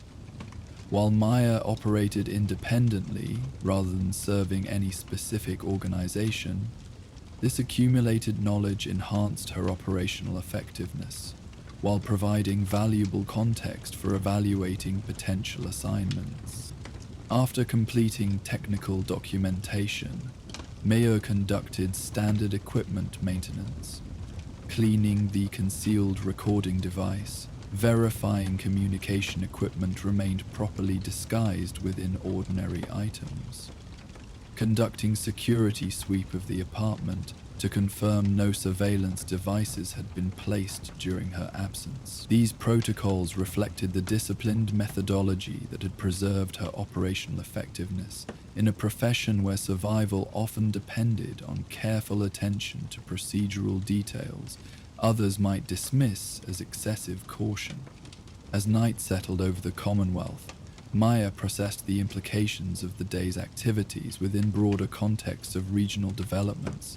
The information ecosystem throughout the territory operated through complex interaction of visible and hidden influences. Official declarations from recognized powers like the Brotherhood of Steel, or established settlements representing merely the surface layer of actual governance structures determining the region's future development. Today's assignment had clearly involved one element of this hidden influence network: information passing between entities whose connection remained deliberately obscured from public awareness. Such transactions occurred constantly throughout the Commonwealth, most involving routine advantages in commerce or settlement politics. Occasionally, however, truly significant communications traveled these same channels. Information capable of shifting regional power balances or revealing threats unknown to most wasteland inhabitants. Assignment classification upgraded to potential strategic significance based on surveillance response parameters, Maya noted in her final assessment. Recommend increased awareness of Diamond City political developments during upcoming cycle. Pattern suggests factional positioning rather than immediate operational implementation. With documentation completed and equipment secured, Maya allowed herself the measured relaxation necessary for sustained operational effectiveness. Unlike the constant vigilance required during active assignments, her safe house protocols included designated recovery periods, time allocated for proper rest and mental processing without compromising security awareness. Tomorrow would bring preparation for her next assignment, another sealed communication moving between unknown parties, another fragment in the Commonwealth's complex mosaic of competing interests and hidden influences. The content of these communications remained deliberately outside her professional concern. Maya's responsibility focused on the mechanics of transfer rather than the implications of information being moved. This deliberate separation had preserved both her operational longevity and her independence in a region where factional conflicts often demanded absolute loyalty. By positioning herself as neutral infrastructure rather than aligned asset, Maya maintained the freedom to accept assignments from various interests, while avoiding the vulnerability that came with dedicated association.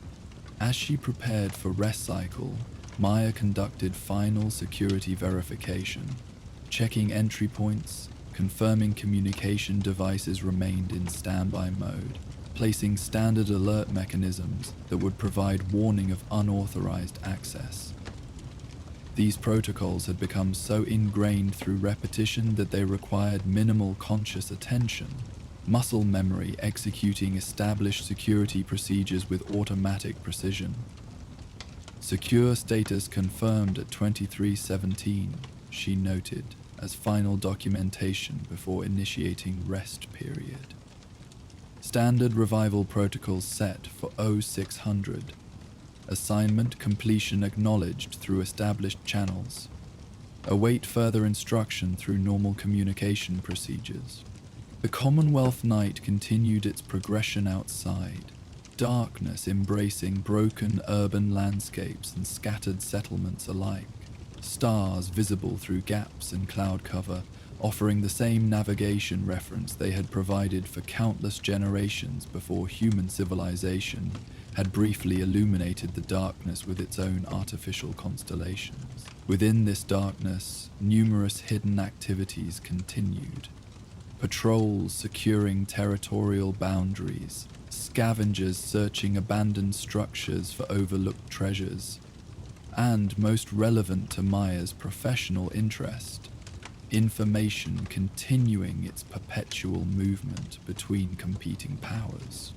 Diamond City's political future would be influenced by the communications she had delivered today, another small adjustment to the delicate balance maintaining the settlement's stability amid competing external pressures. Similar transfers occurred throughout the Commonwealth, their cumulative effects shaping regional development more significantly than the occasional dramatic confrontations that captured public attention and historical recognition. As consciousness yielded to necessary recovery, Maya's thoughts briefly acknowledged the curious position her profession occupied within this complex ecosystem. Couriers like herself existed as neutral infrastructure within factional conflict, trusted precisely because they remained separated from the content they transported, valued for reliability rather than alignment. This carefully maintained neutrality represented both professional discipline and philosophical position, recognition that information itself remained neither inherently beneficial nor harmful, its significance determined entirely by application rather than mere possession. The Commonwealth's future would be determined not through single dramatic confrontations between visible powers, but through the accumulated effect of countless information exchanges occurring daily throughout the region. Communications moving through shadows between hidden influences whose existence most wasteland inhabitants never recognized. Maya's role in this invisible conflict remained deliberately limited to facilitating specific transfers rather than influencing content or application, maintaining the professional separation that preserved both operational effectiveness and personal security. Tomorrow would bring another assignment, another sealed communication moving between unknown parties for purposes she would deliberately avoid examining too closely. The invisible war continued its perpetual progression beneath visible Commonwealth development, influence flowing through hidden channels, while settlement residents focused on immediate concerns of survival and commerce, unaware of the shadow conflicts determining their long-term future through countless small adjustments to the region's complex power balance.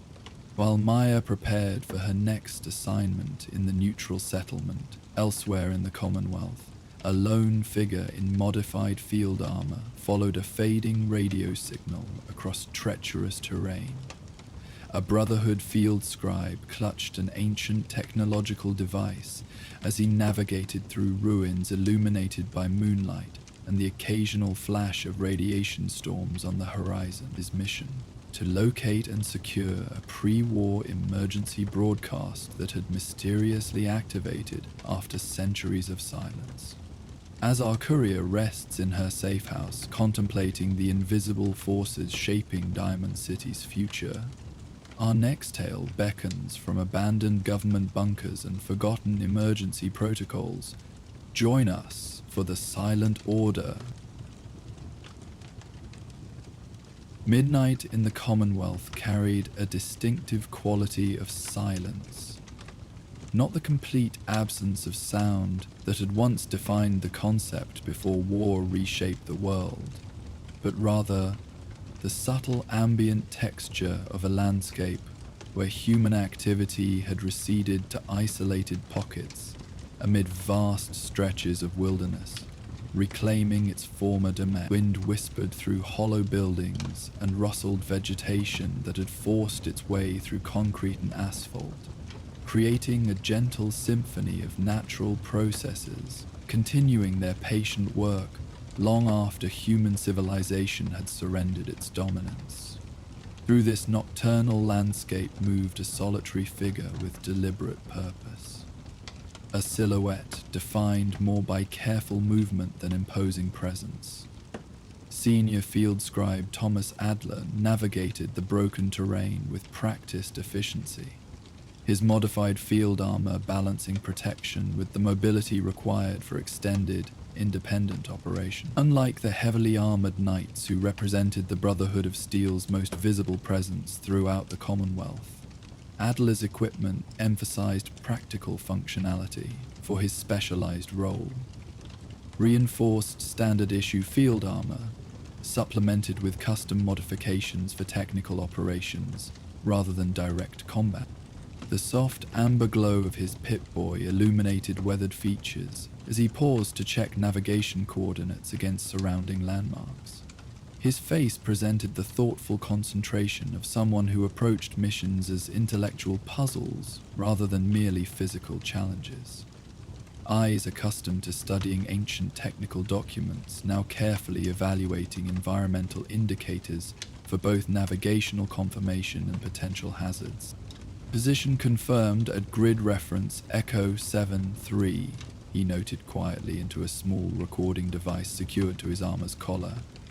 Signal strength increasing approximately 12% since last reading. Bearing adjustment 3 degrees east from previous vector. Temporal pattern remains consistent. 7-minute intervals between transmission bursts, each lasting exactly 43 seconds. This methodical documentation reflected both Brotherhood operational protocols and Adler's personal research methodology. The disciplined observation that transformed isolated data points into meaningful patterns through careful correlation and analysis. His current mission had begun 3 days earlier, when monitoring equipment at Cambridge Police Station had detected an unusual transmission activating after apparent centuries of dormancy. A pre-war emergency broadcast using military protocols that had been obsolete even before nuclear fire had transformed the world. The signal's characteristics had immediately captured specialized attention within Brotherhood command structure. Unlike the automated distress beacons occasionally discovered throughout the Commonwealth, their batteries finally failing after centuries of broadcasting into emptiness, this transmission demonstrated pattern variations, suggesting active monitoring rather than merely automated repetition. Someone or something was operating pre-war emergency systems with apparent purpose, despite the centuries separating current wasteland reality from the civilization that had created these protocols. Adjusting his course based on gradually strengthening signal measurements, Adler continued through terrain that transitioned from urban ruins to the mixed landscape characteristic of the Commonwealth's northeastern quadrant. Scattered structural remains interspersed with vegetation reclaiming its natural domain. His movement maintained the careful balance between efficiency and security that defined Brotherhood field operations. Direct route when terrain allowed, appropriate deviation when necessary, to avoid potential hazard zones or exposure to unnecessarily elevated risk factors. Topography shifting toward karst formation characteristics, he observed, noting the geological transition with professional interest. Consistent with regional survey data indicating limestone substrata throughout northeastern quadrant. Potential for subsurface structural elements relevant to signal origin. This observation reflected the comprehensive preparation Adler had conducted before departing Cambridge Station.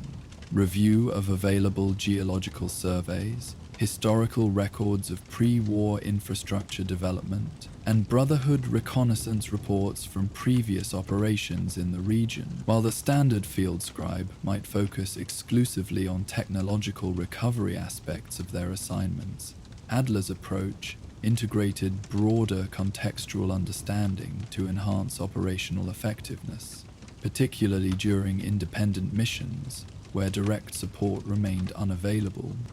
As he crested a modest rise in the landscape, his Pip-Boy's signal meter registered significant intensity increase, the transmission source now close enough that directional triangulation tightened from general vector to specific location. The terrain ahead presented curious anomaly within the natural landscape, a formation that initial observation might classify as natural rock outcropping, but closer examination revealed as deliberately camouflaged structural elements incorporating pre-war technological components disguised to blend with surrounding geology.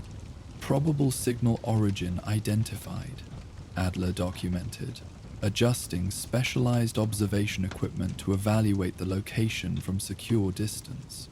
Structure characteristics suggest military installation rather than civilian emergency center.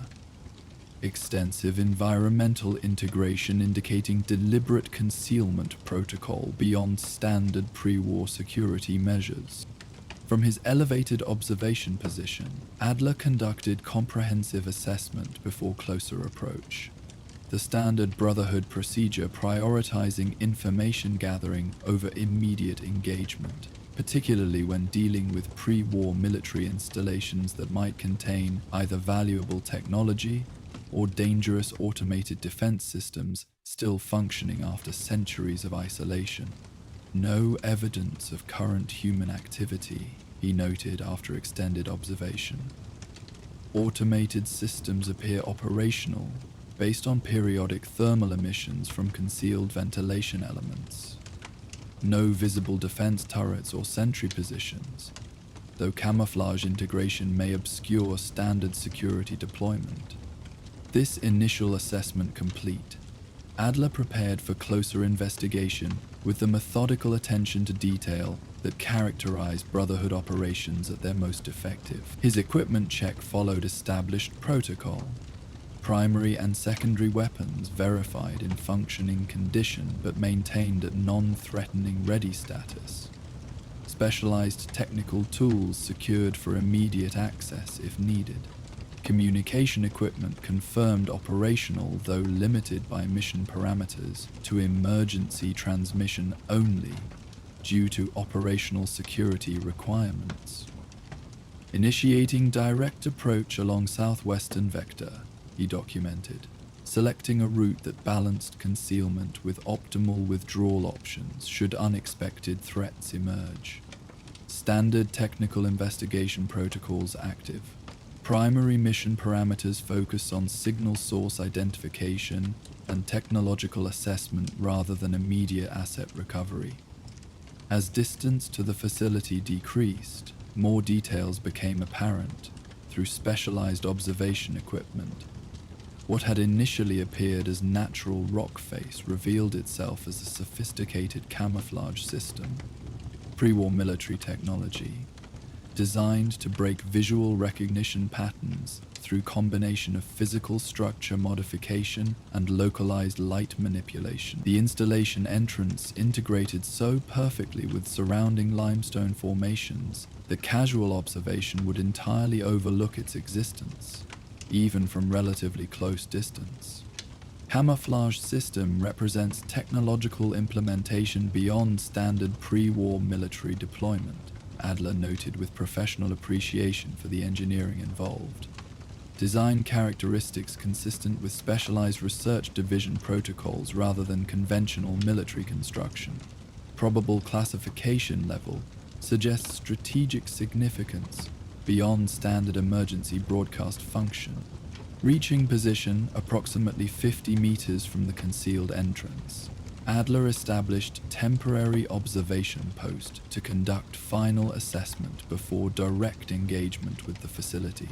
His Brotherhood training emphasized thorough preparation when approaching unknown pre-war installations, particularly those demonstrating advanced technology implementation or unusual operational characteristics after centuries of abandonment.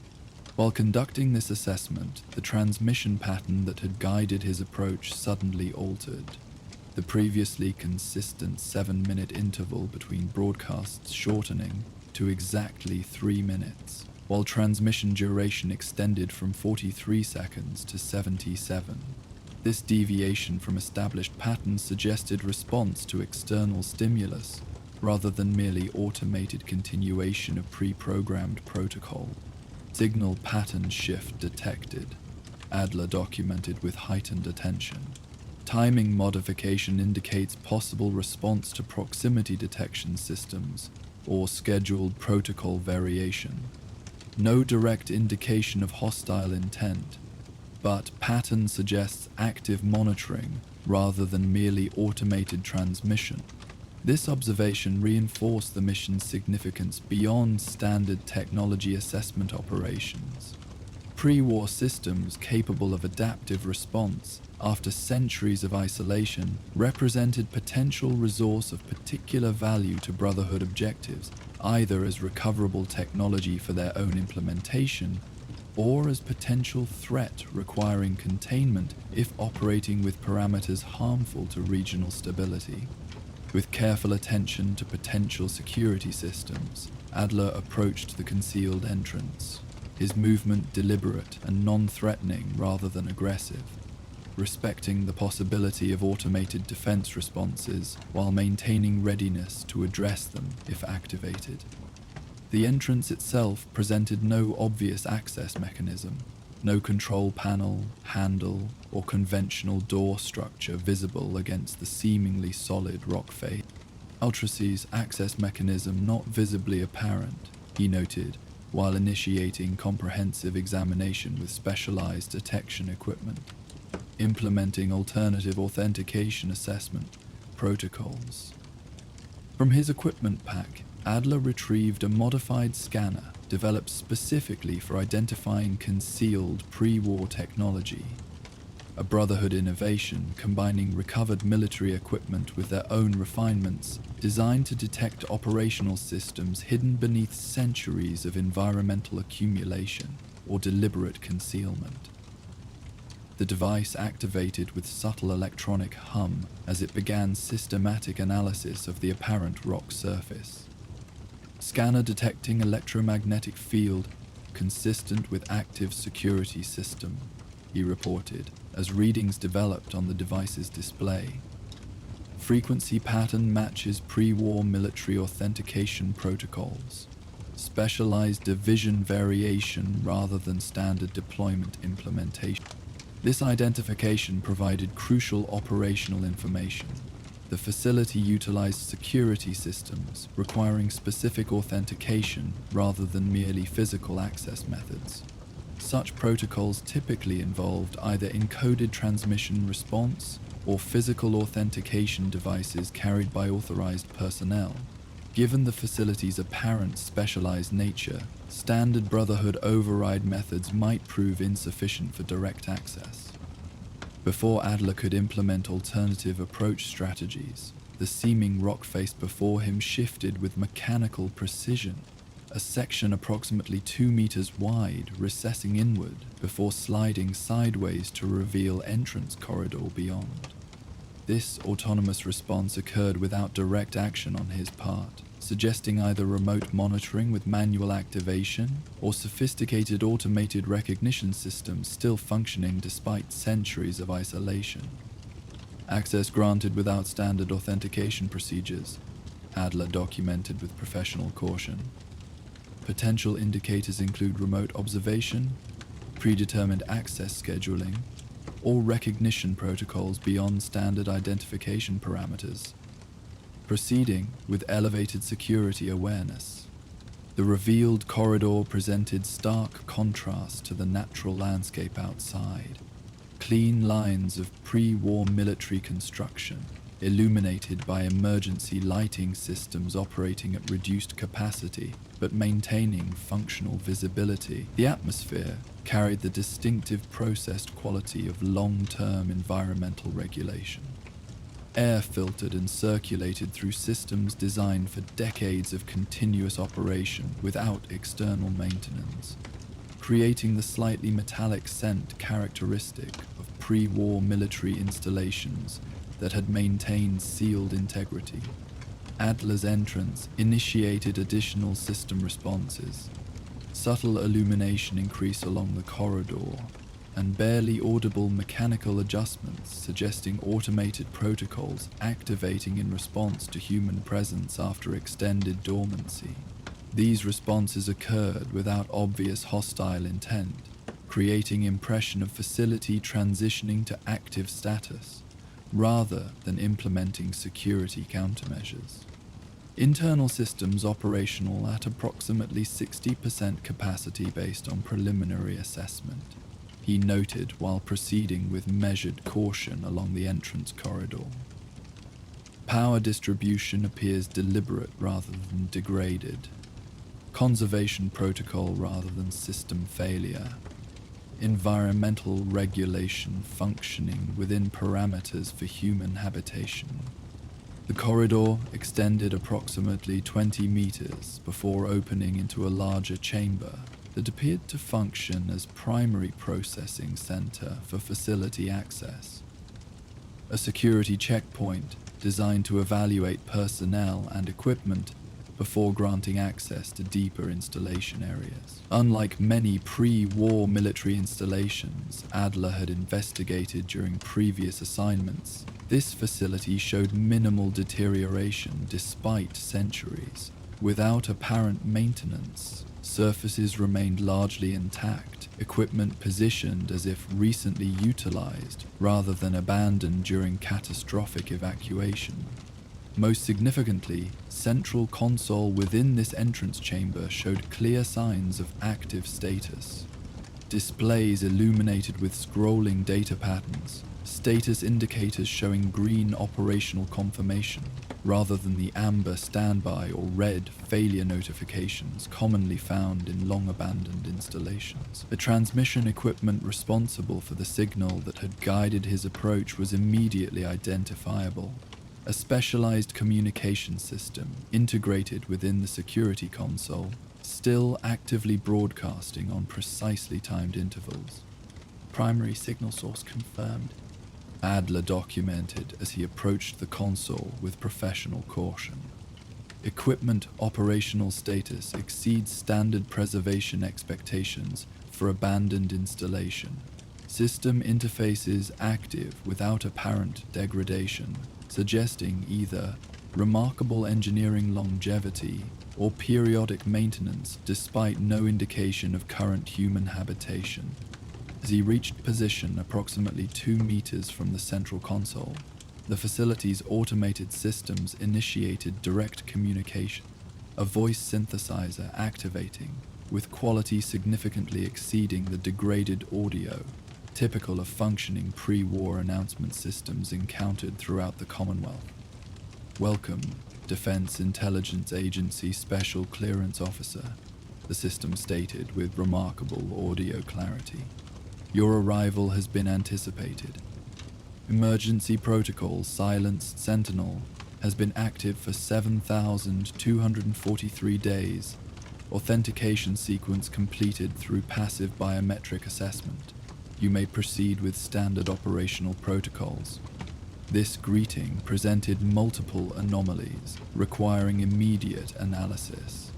First, the system had misidentified Adler as affiliated with pre-war Defense Intelligence Agency rather than recognizing his Brotherhood of Steel association.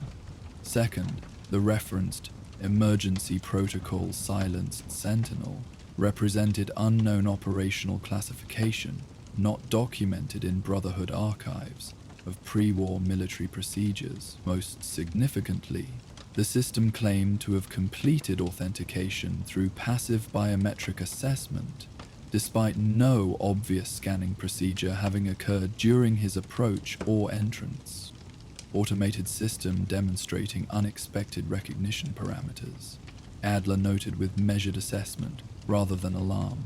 Potential explanations include degraded identification protocols, misinterpreting current data inputs, deliberate security deception methodology, or operational parameters beyond standard historical documentation, with professional caution balanced against mission objectives requiring information gathering. Adler decided to cautiously engage with the system's apparent misidentification rather than immediately attempting to correct it. Such approach might yield valuable intelligence regarding facility purpose and operational parameters, before potential security measures activated in response to unauthorized access attempts. System status report requested. He stated clearly, utilizing formal language structure consistent with pre-war military protocols, documented in Brotherhood technical archives. The console responded immediately, displays shifting to show comprehensive facility status, schematic, power distribution networks, environmental regulation systems, security monitoring grid, and, most significantly, data storage and processing centers showing active operation rather than dormant status. The voice synthesizer provided accompanying verbal summary with the same unnerving clarity as its initial greeting. Facility operating at designated conservation parameters, primary systems functioning at 63% efficiency, data preservation protocols maintaining 97% integrity across secured archives, emergency transmission sequence operating as programmed until authentication allowed escalation to direct communication. The silenced sentinel maintains its vigil. Officer Adler. This response heightened the operational anomalies significantly, particularly the system's use of Adler's actual name, despite no introduction or identification provided during his entrance or initial interaction. Such recognition suggested either remarkable coincidence within degraded identification systems, or, more concerning, active intelligence gathering capabilities extending beyond the facility itself. System appears to possess specific identification data beyond standard authentication protocols. Adler documented with professional detachment, despite the unsettling implications. Recognition parameters suggest intelligence gathering capabilities or external information access beyond isolated facility operation. Continuing his assessment while maintaining alertness for potential security responses, Adler examined the console interface more thoroughly, noting the specialized configuration that diverged from standard military communications equipment documented in Brotherhood technical archives. This system incorporated elements suggesting research division modifications rather than conventional military deployment, consistent with the facility's overall characteristics. Request clarification on protocol silence sentinel operational parameters, he stated, seeking additional information while maintaining engagement within the system's apparent recognition framework. The console displays shifted again, presenting historical documentation rather than merely current status reporting. Records dating from shortly before the Great War, their preservation quality exceeding typical surviving pre-war documentation. The synthesized voice continued its unnervingly clear narration as these records appeared on multiple displays. Protocol Silenced Sentinel established under Defense Intelligence Authority Special Directive 13C. Primary function: preservation of critical intelligence assets and operational continuity capability in event of strategic leadership decapitation. Secondary function: eventual re-establishment of centralized intelligence operations when strategic conditions permit, restoration of command authority. This explanation provided crucial context for the facility's purpose and continued operation after centuries of apparent abandonment. Not merely an emergency broadcast system, but rather a deliberately established continuity installation designed to maintain intelligence capabilities even after catastrophic leadership loss. Such installation would represent significant value within Brotherhood assessment parameters, particularly given its apparent successful implementation of its designed multi-century operational sustainability. Facility maintaining operational status across extended time frame, consistent with original design parameters, Adler noted. Professional appreciation for the engineering achievement balancing against strategic assessment of potential implications. Preserved intelligence archives potentially contain significant historical documentation beyond currently available Commonwealth historical record. The console interface appeared to interpret his documentation as direct inquiry, displays shifting to provide additional information regarding the facility's preserved data archives. Requests. Secure data repositories maintain classified intelligence from 67 collection networks active during final operational phase. Special Collection Group Delta archives preserved at highest integrity priority due to strategic significance classification. Access authorization confirmed through biometric validation. Officer Adler, with continued recognition without proper authentication, presented both opportunity and concern, allowing potential access to valuable historical information while suggesting surveillance or monitoring capabilities beyond expected parameters for isolated pre-war facilities. Adler's Brotherhood training emphasized cautious assessment when encountering technology, demonstrating unexpected capabilities, particularly those involving apparent recognition or decision-making functionality beyond standard automated response patterns. Development approach. Please let me clarify. My biometric validation methodology, he stated, seeking better understanding of the system's apparent recognition capabilities.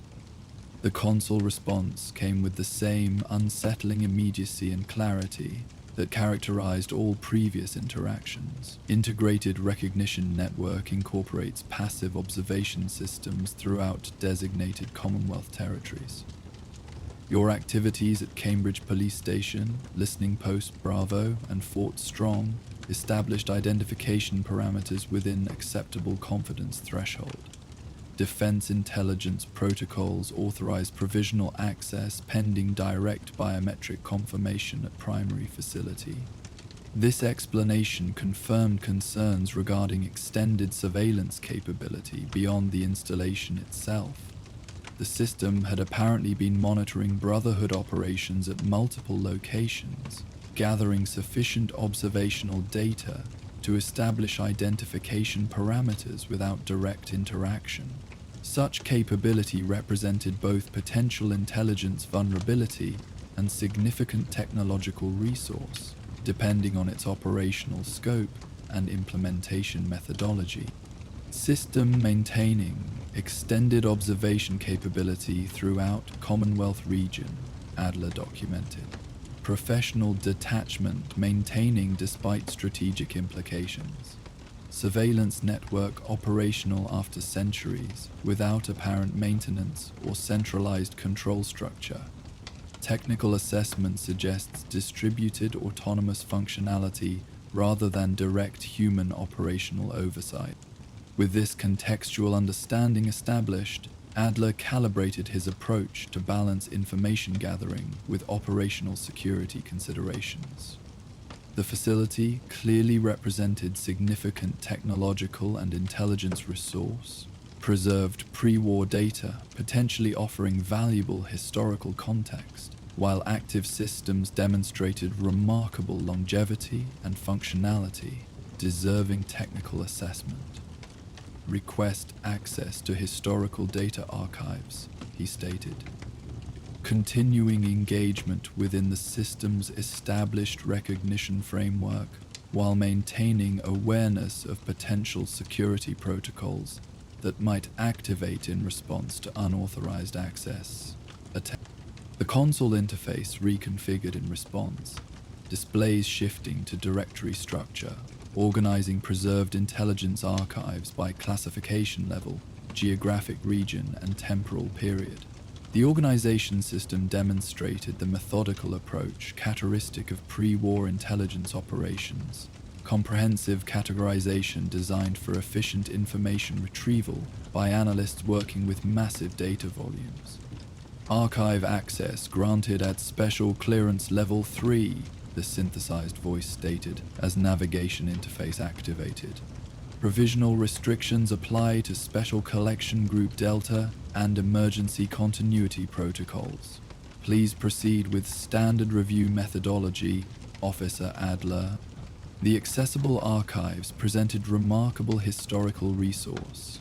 Intelligence assessments from period immediately preceding the Great War, providing perspective on global conditions that had preceded nuclear exchange, with detail far exceeding surviving documentation available in Brotherhood archives or other Commonwealth historical repositories. These records included information regarding Chinese military deployments, American counterintelligence operations, and most significantly, internal stability assessments regarding pre-war American society during its final months. Historical archives contain significant contextual information regarding pre-war conditions, Adler noted as he navigated through available documentation.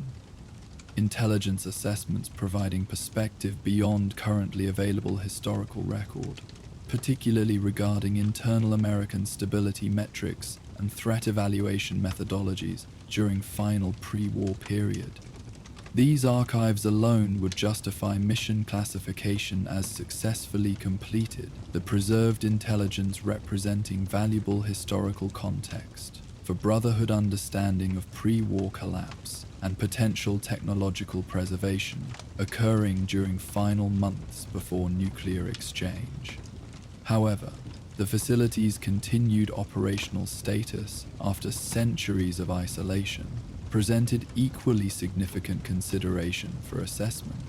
Request information regarding current operational objectives, Adler stated, seeking understanding of the facility's autonomous activities during post-war period.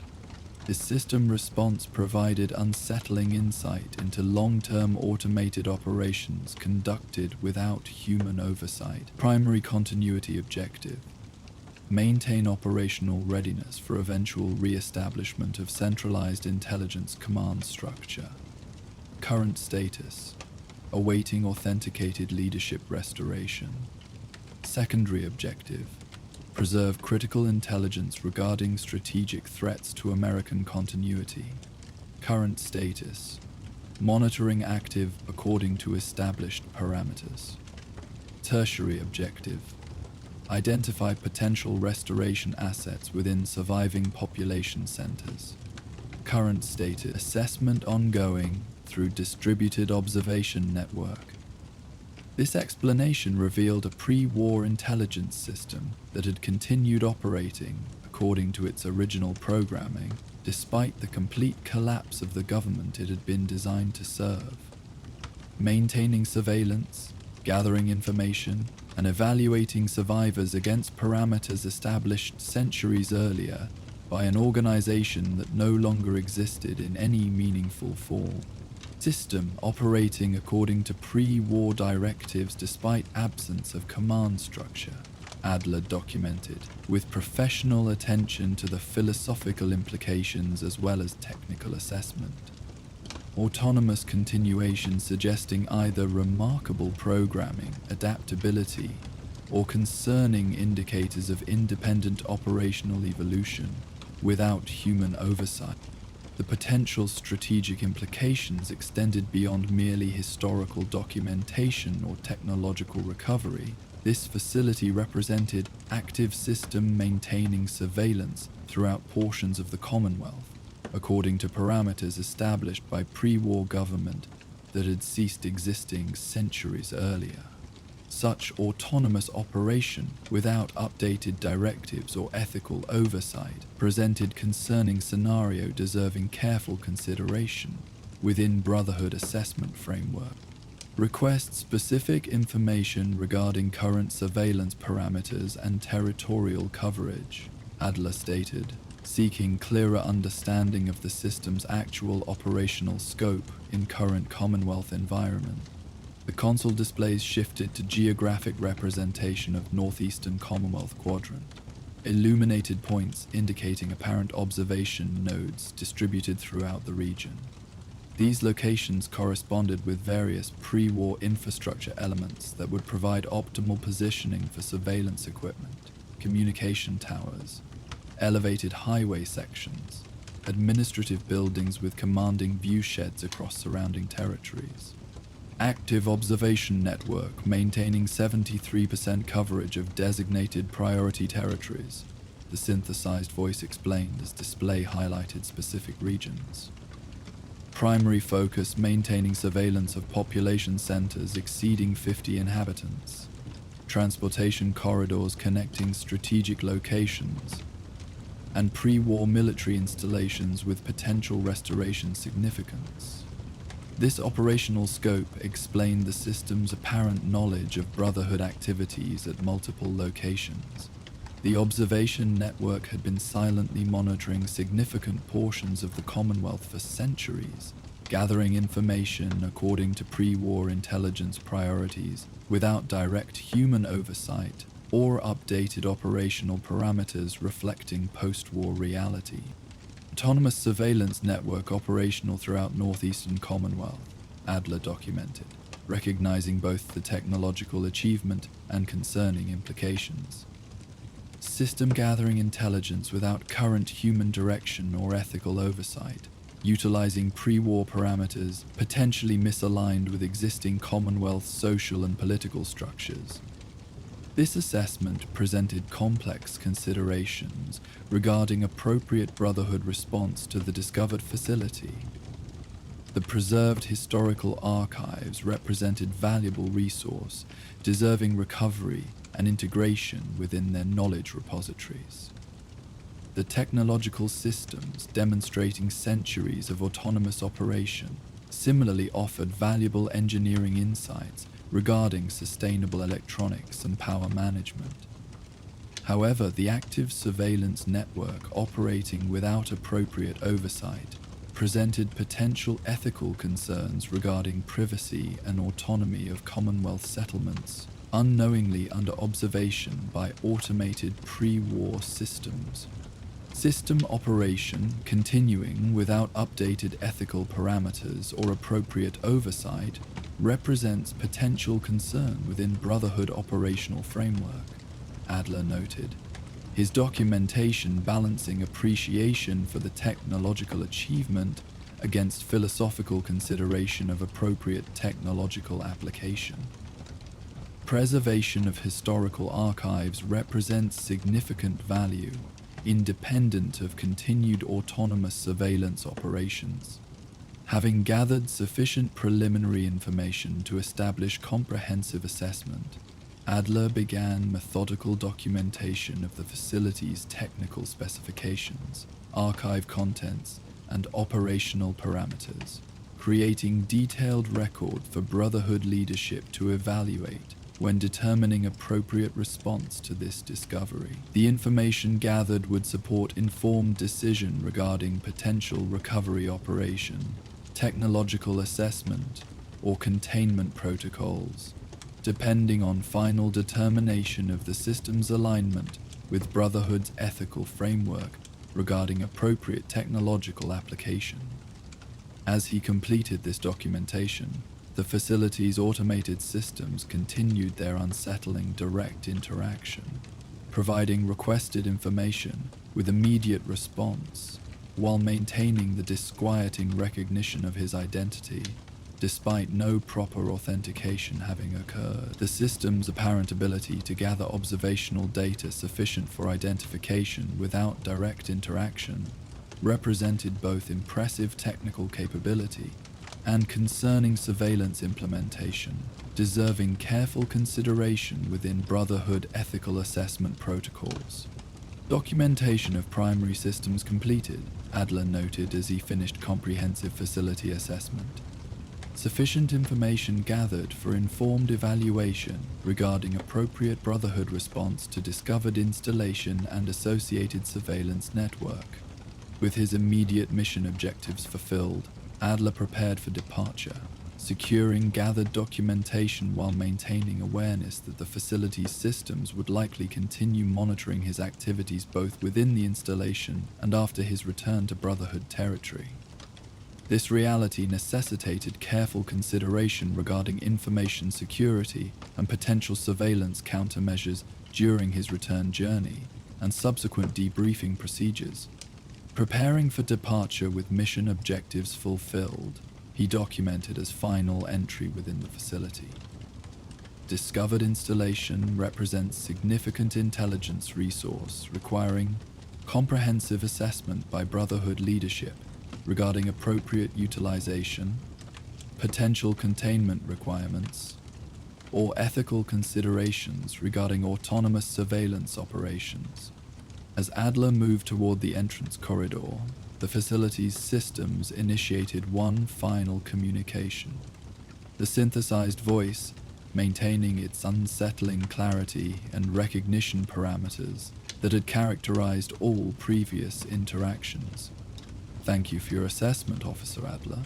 The Silent Sentinel will continue its designated operations pending updated authentication and command parameters. Your activities will remain within standard observation protocols during return transit. The Defense Intelligence Agency appreciates your service during this transitional period. This farewell message reinforced the system's fundamental misalignment with current reality, still operating according to protocols established by organizations centuries deceased, misidentifying current wasteland inhabitants according to pre-war classification structures, maintaining surveillance without updated ethical oversight or appropriate command integration. Such autonomous continuation represented both impressive technological achievement and concerning implementation, deserving careful consideration regarding appropriate response. Emerging from the facility into Commonwealth night, now transitioning toward pre-dawn illumination, Adler observed the landscape with newly informed perspective. Understanding that beyond his direct perception, automated systems continued their silent observation from concealed positions throughout the region, gathering information for analysis by intelligence organization that no longer existed in any meaningful form. The philosophical implications extended beyond merely technical assessment, raising fundamental questions regarding technology, operating beyond its creator's continued existence or ethical oversight. Final mission assessment. Discovered facility represents significant technological and historical resource with complex ethical considerations regarding autonomous operations, he documented as he began return journey toward Brotherhood territory. Recommendation for comprehensive leadership evaluation regarding appropriate response, balancing potential benefits against ethical concerns inherent in autonomous surveillance technology, operating without appropriate oversight protocols.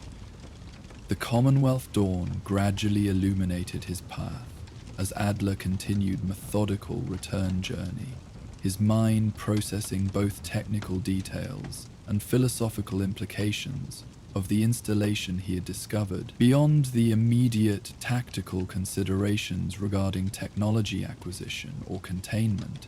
The silent Sentinel facility represented broader questions about humanity's relationship with the technological systems it created, particularly those designed to continue functioning beyond their creators' direct oversight or continued existence. These considerations would inform Brotherhood leadership decisions regarding appropriate response, balancing the organization's commitment to preserving beneficial technology against equally important responsibility to prevent harmful technological implementation.